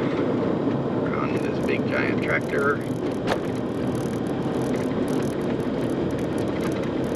Well, it doesn't look like the tide is as low as I had hoped, but we'll still go over and check it out and see what's down there. I see some white pelicans. That's something we can look at, and I see a few more shorebirds. Yeah, so this is the convention center. If you go straight up, you can park around this building over here to the left and see some great little warblers, and we may go over there in a little bit. Oh, there's a shrike that just took off from a sign, and oh yeah, this is good. It's not too far out, but gotta drive really far to get to any shorebirds. There's still enough beach to attract some shorebirds, so we're just gonna drive right around here. And the water does come all the way up to, well, about where I'm driving right now, and it's high tide. Well, then it goes out, and this entire area becomes big mud flats. I'd say it's about halfway out now, but I see a lot of shorebirds off on the far side, so we're going to drive over there, see if we can get a look at them. See some little peeps a little closer up. Just worm our way around. There's a decent amount of tide pools here. You can get your way through it. There's a sanderling in my path. Let's see if I can get around here.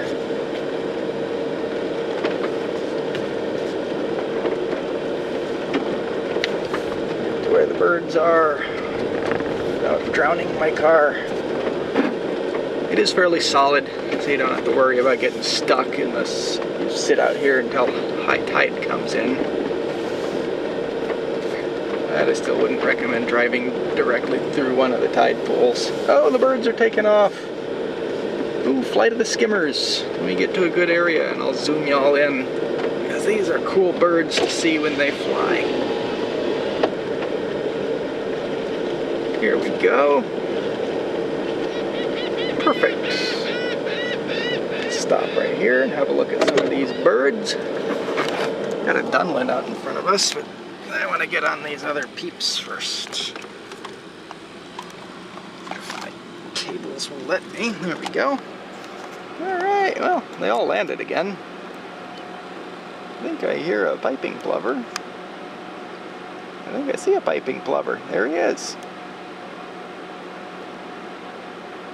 Nice little piping plover.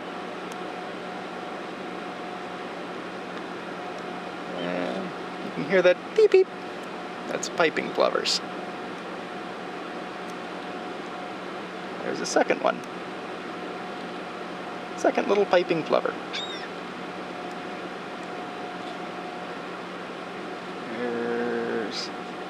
Where are you? Turn. Oh, it's a black-bellied plover. See, it's a little bigger than the piping. Zoom out there a bit further. There's the skimmers.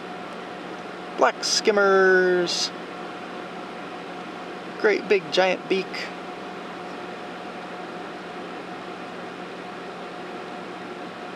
You can see the lower mandible is longer than the upper, so they'll just skim along the water until they encounter a fish. It's like another black-bellied plover. And right out here are white pelicans. Big chonkers.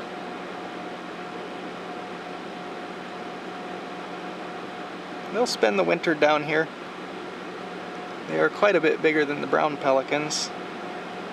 There's some brown pelicans, so we'll zoom in on them to give you a little bit of size. And we'll pan over to the white pelicans. White pelicans are actually a little further out than those brown pelicans, but still they look bigger. Because they are. They're significantly larger than brown pelicans. Over here, more dowagers.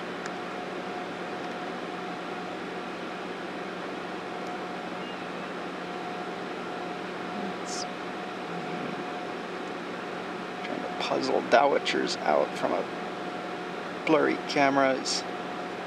And we'll just call them longbills. Another piping plover behind us. Good to see this many piping plovers out here. They're not doing so well population-wise. It's like more dowagers. There's a dunlin. Little droopy bill. In its winter plumage, they're just very drab. Breeding plumage, they got a nice black belly, easy to tell apart.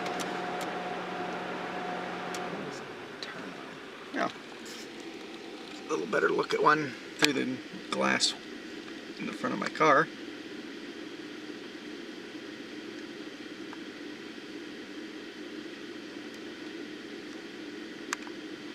Yeah, that's a dunlin.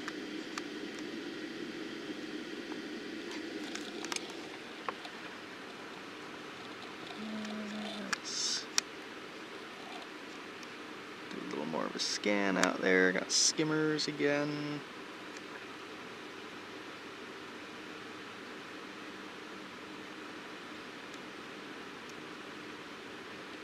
So in there with the skimmers are some terns. Look like foresters are the smaller ones. And the bigger ones are royal. And these gulls here are ring-billed gulls.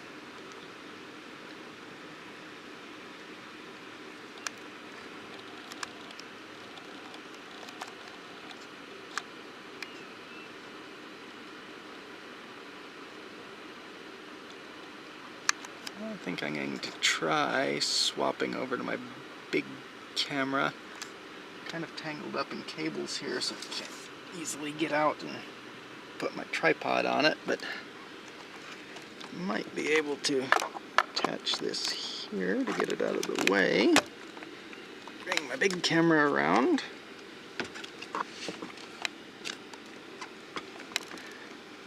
Just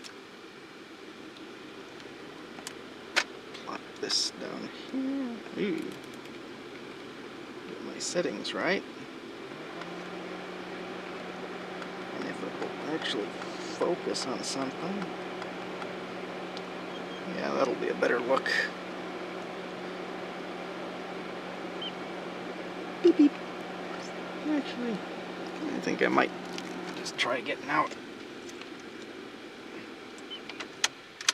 Let's see. Got a request to zoom in on the brown pelican again, and yes, I definitely will. I'm just going to extract myself from my car and put a tripod down so we can have a little better look. Let's see if the infernal beeping will stop. There we go. Get my tripod out.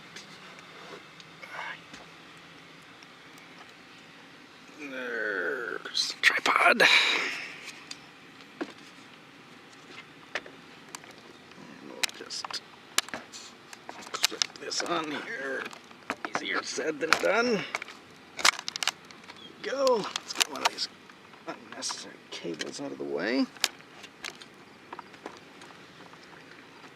Extend my tripod legs out so I can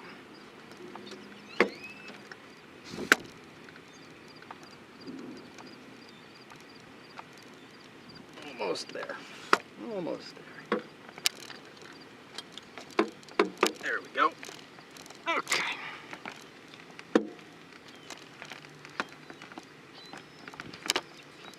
Alright, so I'm going to swap over to my big camera. So it's going to go dark in 3, 2, 1.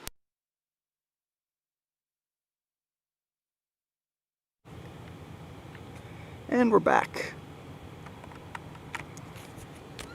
And if it will focus, you will see a brown pelican. There's the brown pelican.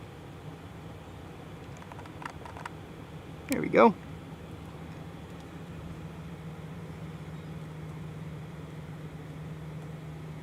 It's a nice looking bird. There are a few other birders out here, so I don't want to get too close to the birds right now. We can see them from out here. So we'll just kind of pan across. Okay, that looks like a Franklin's gull. Or, yeah, Franklin's gull. Real dark around the back of the head, white eye ring. The laughing gulls generally lose all of their black, or most of the black on their heads in winter plumage. Franklin's gulls keep it around the back of their head. So these looks like a little group of Frankies. Royal terns, Caspian tern, another brown pelican. We'll pan over here and have a look at if my tripod will actually not sink into the mud. That would be great.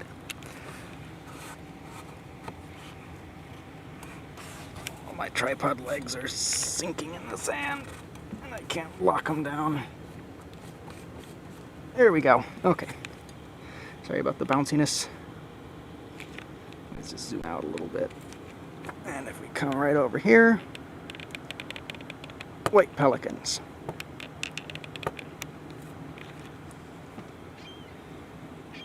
So I got the great big white pelicans out here.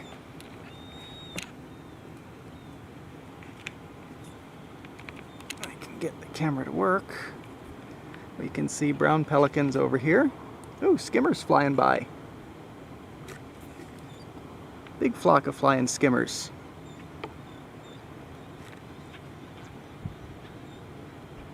Someone's got them all stirred up. There they go. You can see those great big beaks. They're coming back down to land.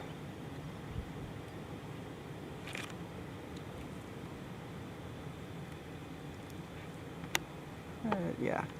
So right over here, brown pelicans, brown pelicans, brown pelicans, and then big chunky white pelicans, and a door that's in the way. There we go. So great big white pelicans. There's a tricolored heron in front of them, and a bunch of little smaller brown pelicans.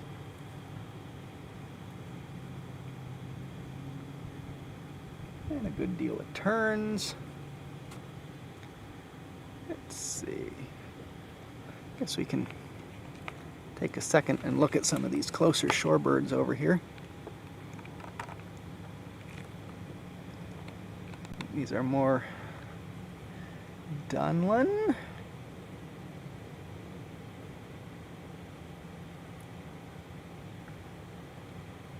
I don't know where the piping plovers went. Let's see, this one looks like a sanderling.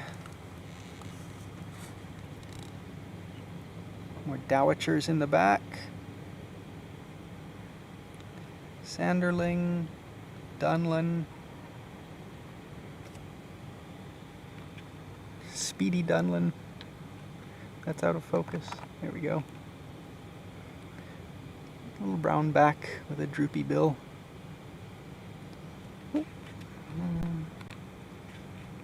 There's a brown pelican that's a bit closer. There he is.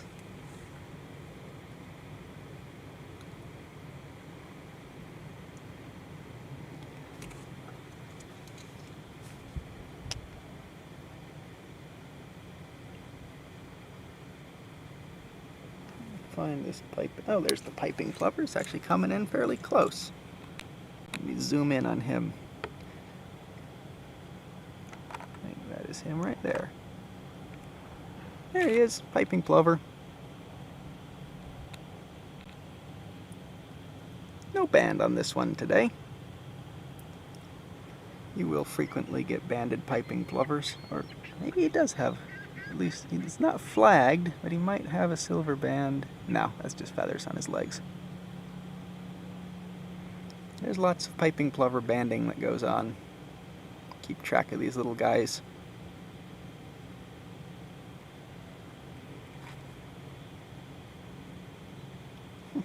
Fast. But note the nice orange legs. There's a bunch of little plovers that you get down here. The piping and the semi-palmated have yellowish orange legs. Wilson's is much kind of slate with a little bit of yellow mixed in, and then Snowy is very dark-legged plover, very all slate-legged. And autofocus, come on, autofocus. It's like you have to go all the way out. I lost the bird. We can come over here and have a look at this Dunlin. There we go. Much closer Dunlin.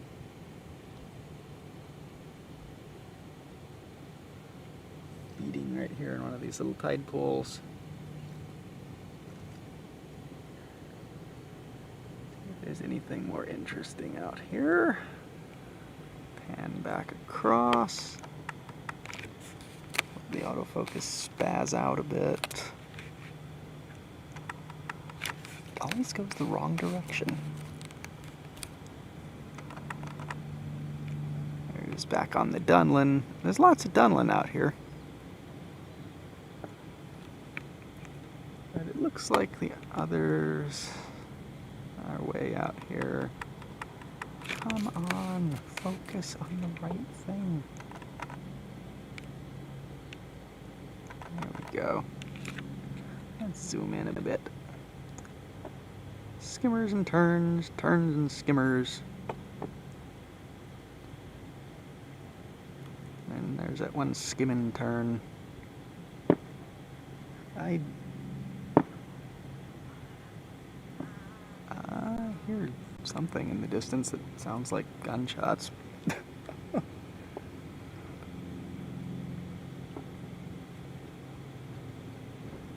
Hopefully it's just someone's car backfiring.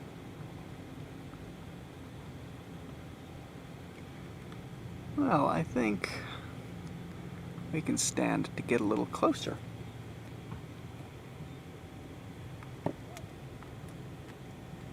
I'm going to try and get everything back into my car in some manner of order.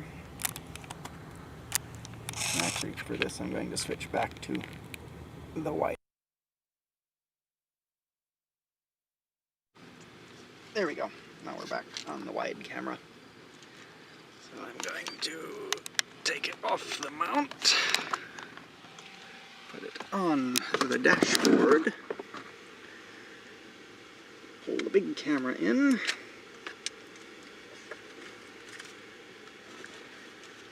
get the air conditioner going again because it's kind of toasty.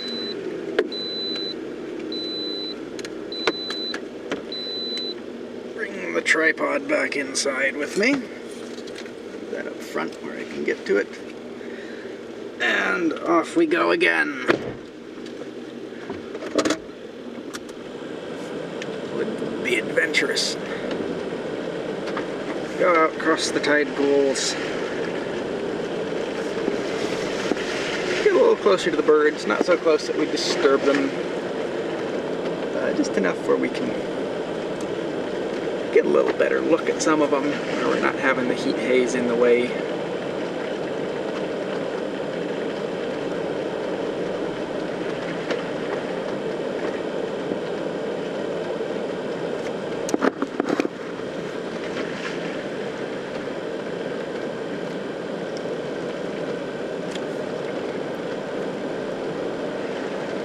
Try and get it where the sun is somewhat at our backs.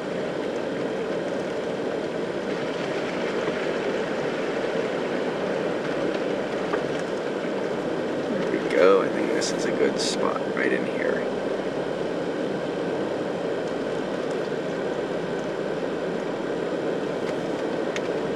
Yeah, we'll stop once we get out of the water here. Have some good looks at these birds. There's a ring-billed gull dead ahead. Alright. Yeah, it's a good spot. Bring the camera over here. And look, birds!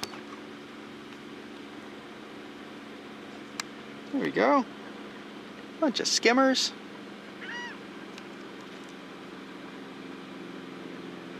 Laughing gull. I think these are, yeah, these are laughing gulls. They're mostly light on the head. Where'd those Franklins go? I think the Franklin's gulls must have moved when they all flew off a little while back. Oh, there we go. Yeah, see how dark the head is on that one? This little group here. A little different body shape too. Yeah, so that looks laughing gull. These look Franklins. If anyone watching on the stream thinks otherwise, feel free to let me know, as I am looking at a much smaller screen than all of you probably are. But you can see a little size difference there, or just body posture difference between the laughing gull on the left and these darker headed gulls on the right. It looks pretty good for Franklins.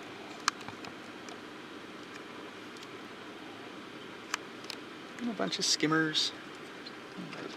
Turn the car off.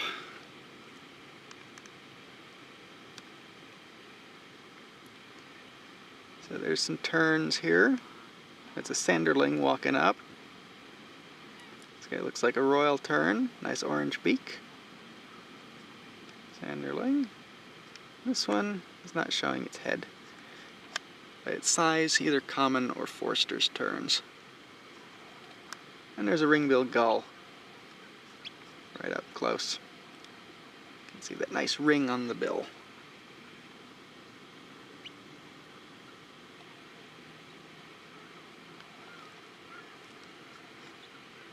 Quite a few ring-bills out here. Skimmer. There's a new shorebird. It's a ruddy turnstone. They're not quite as ruddy in their winter plumage, but they still turn stones.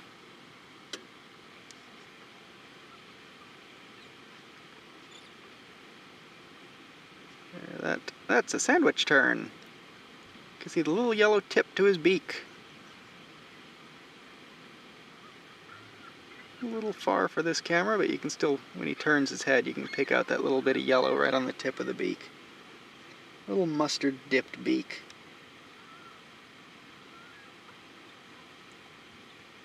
And more skimmers. Lots of skimmers.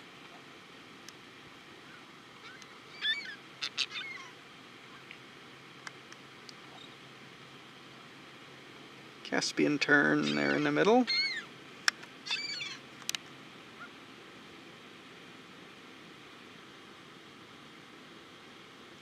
There's a Forster's tern.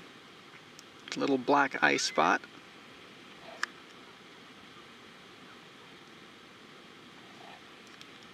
Skimmer, skimmer, skimmer. Laughing gull. Looks like laughing gull and a Franklin skull. One laughing gull behind. Franklin's out front.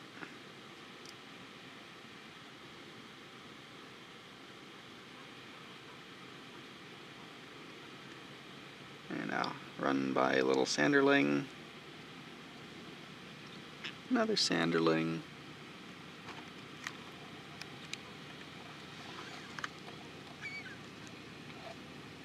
Brown pelican, and white pelicans further out.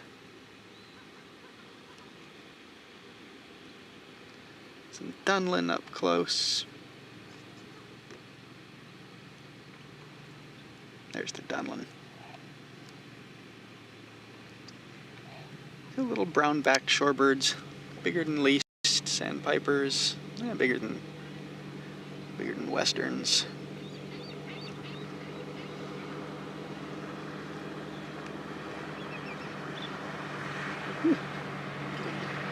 Getting warm. Turning the car back on. Get some air conditioning going in here. It's baking out here on the beach.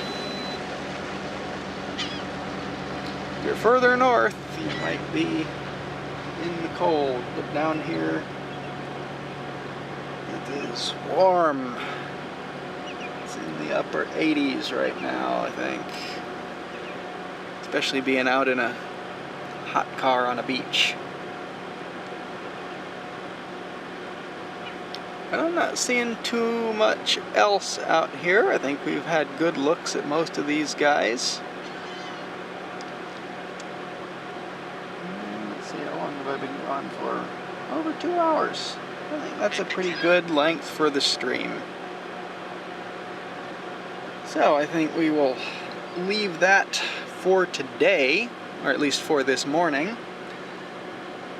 If anything else interesting shows up, or I find myself this afternoon somewhere where there is good amounts of internet and birds, I will start up another stream. But otherwise, be sure to be back at 5:15-ish, and I will be out at Oliviera Park looking at parrots. It should be a lot of fun. It's always a great time out there, seeing red-crowned parrots by the hundreds, screaming around and landing in trees. Might get other birds as well sometimes. In the past I've seen zone-tailed hawks diving on the parrot roost before, which is quite exciting. But yeah, so tune in then. Be sure to sign up to the Huth Avian Facebook page for updates, and subscribe to the Huth Avian YouTube channel. Just go to YouTube and type in Huth Avian, H-U-T-H-A-V-I-A-N. Every new subscriber helps me out there, and if you like the videos and comment on them, that gets me into the algorithm a bit more, where I get more popular and get more views, and helps me out in the long run, and I'll be able to get out here and do this more often. But until then, I hope you have a great day and good birding, and I will see you at 5-ish this evening.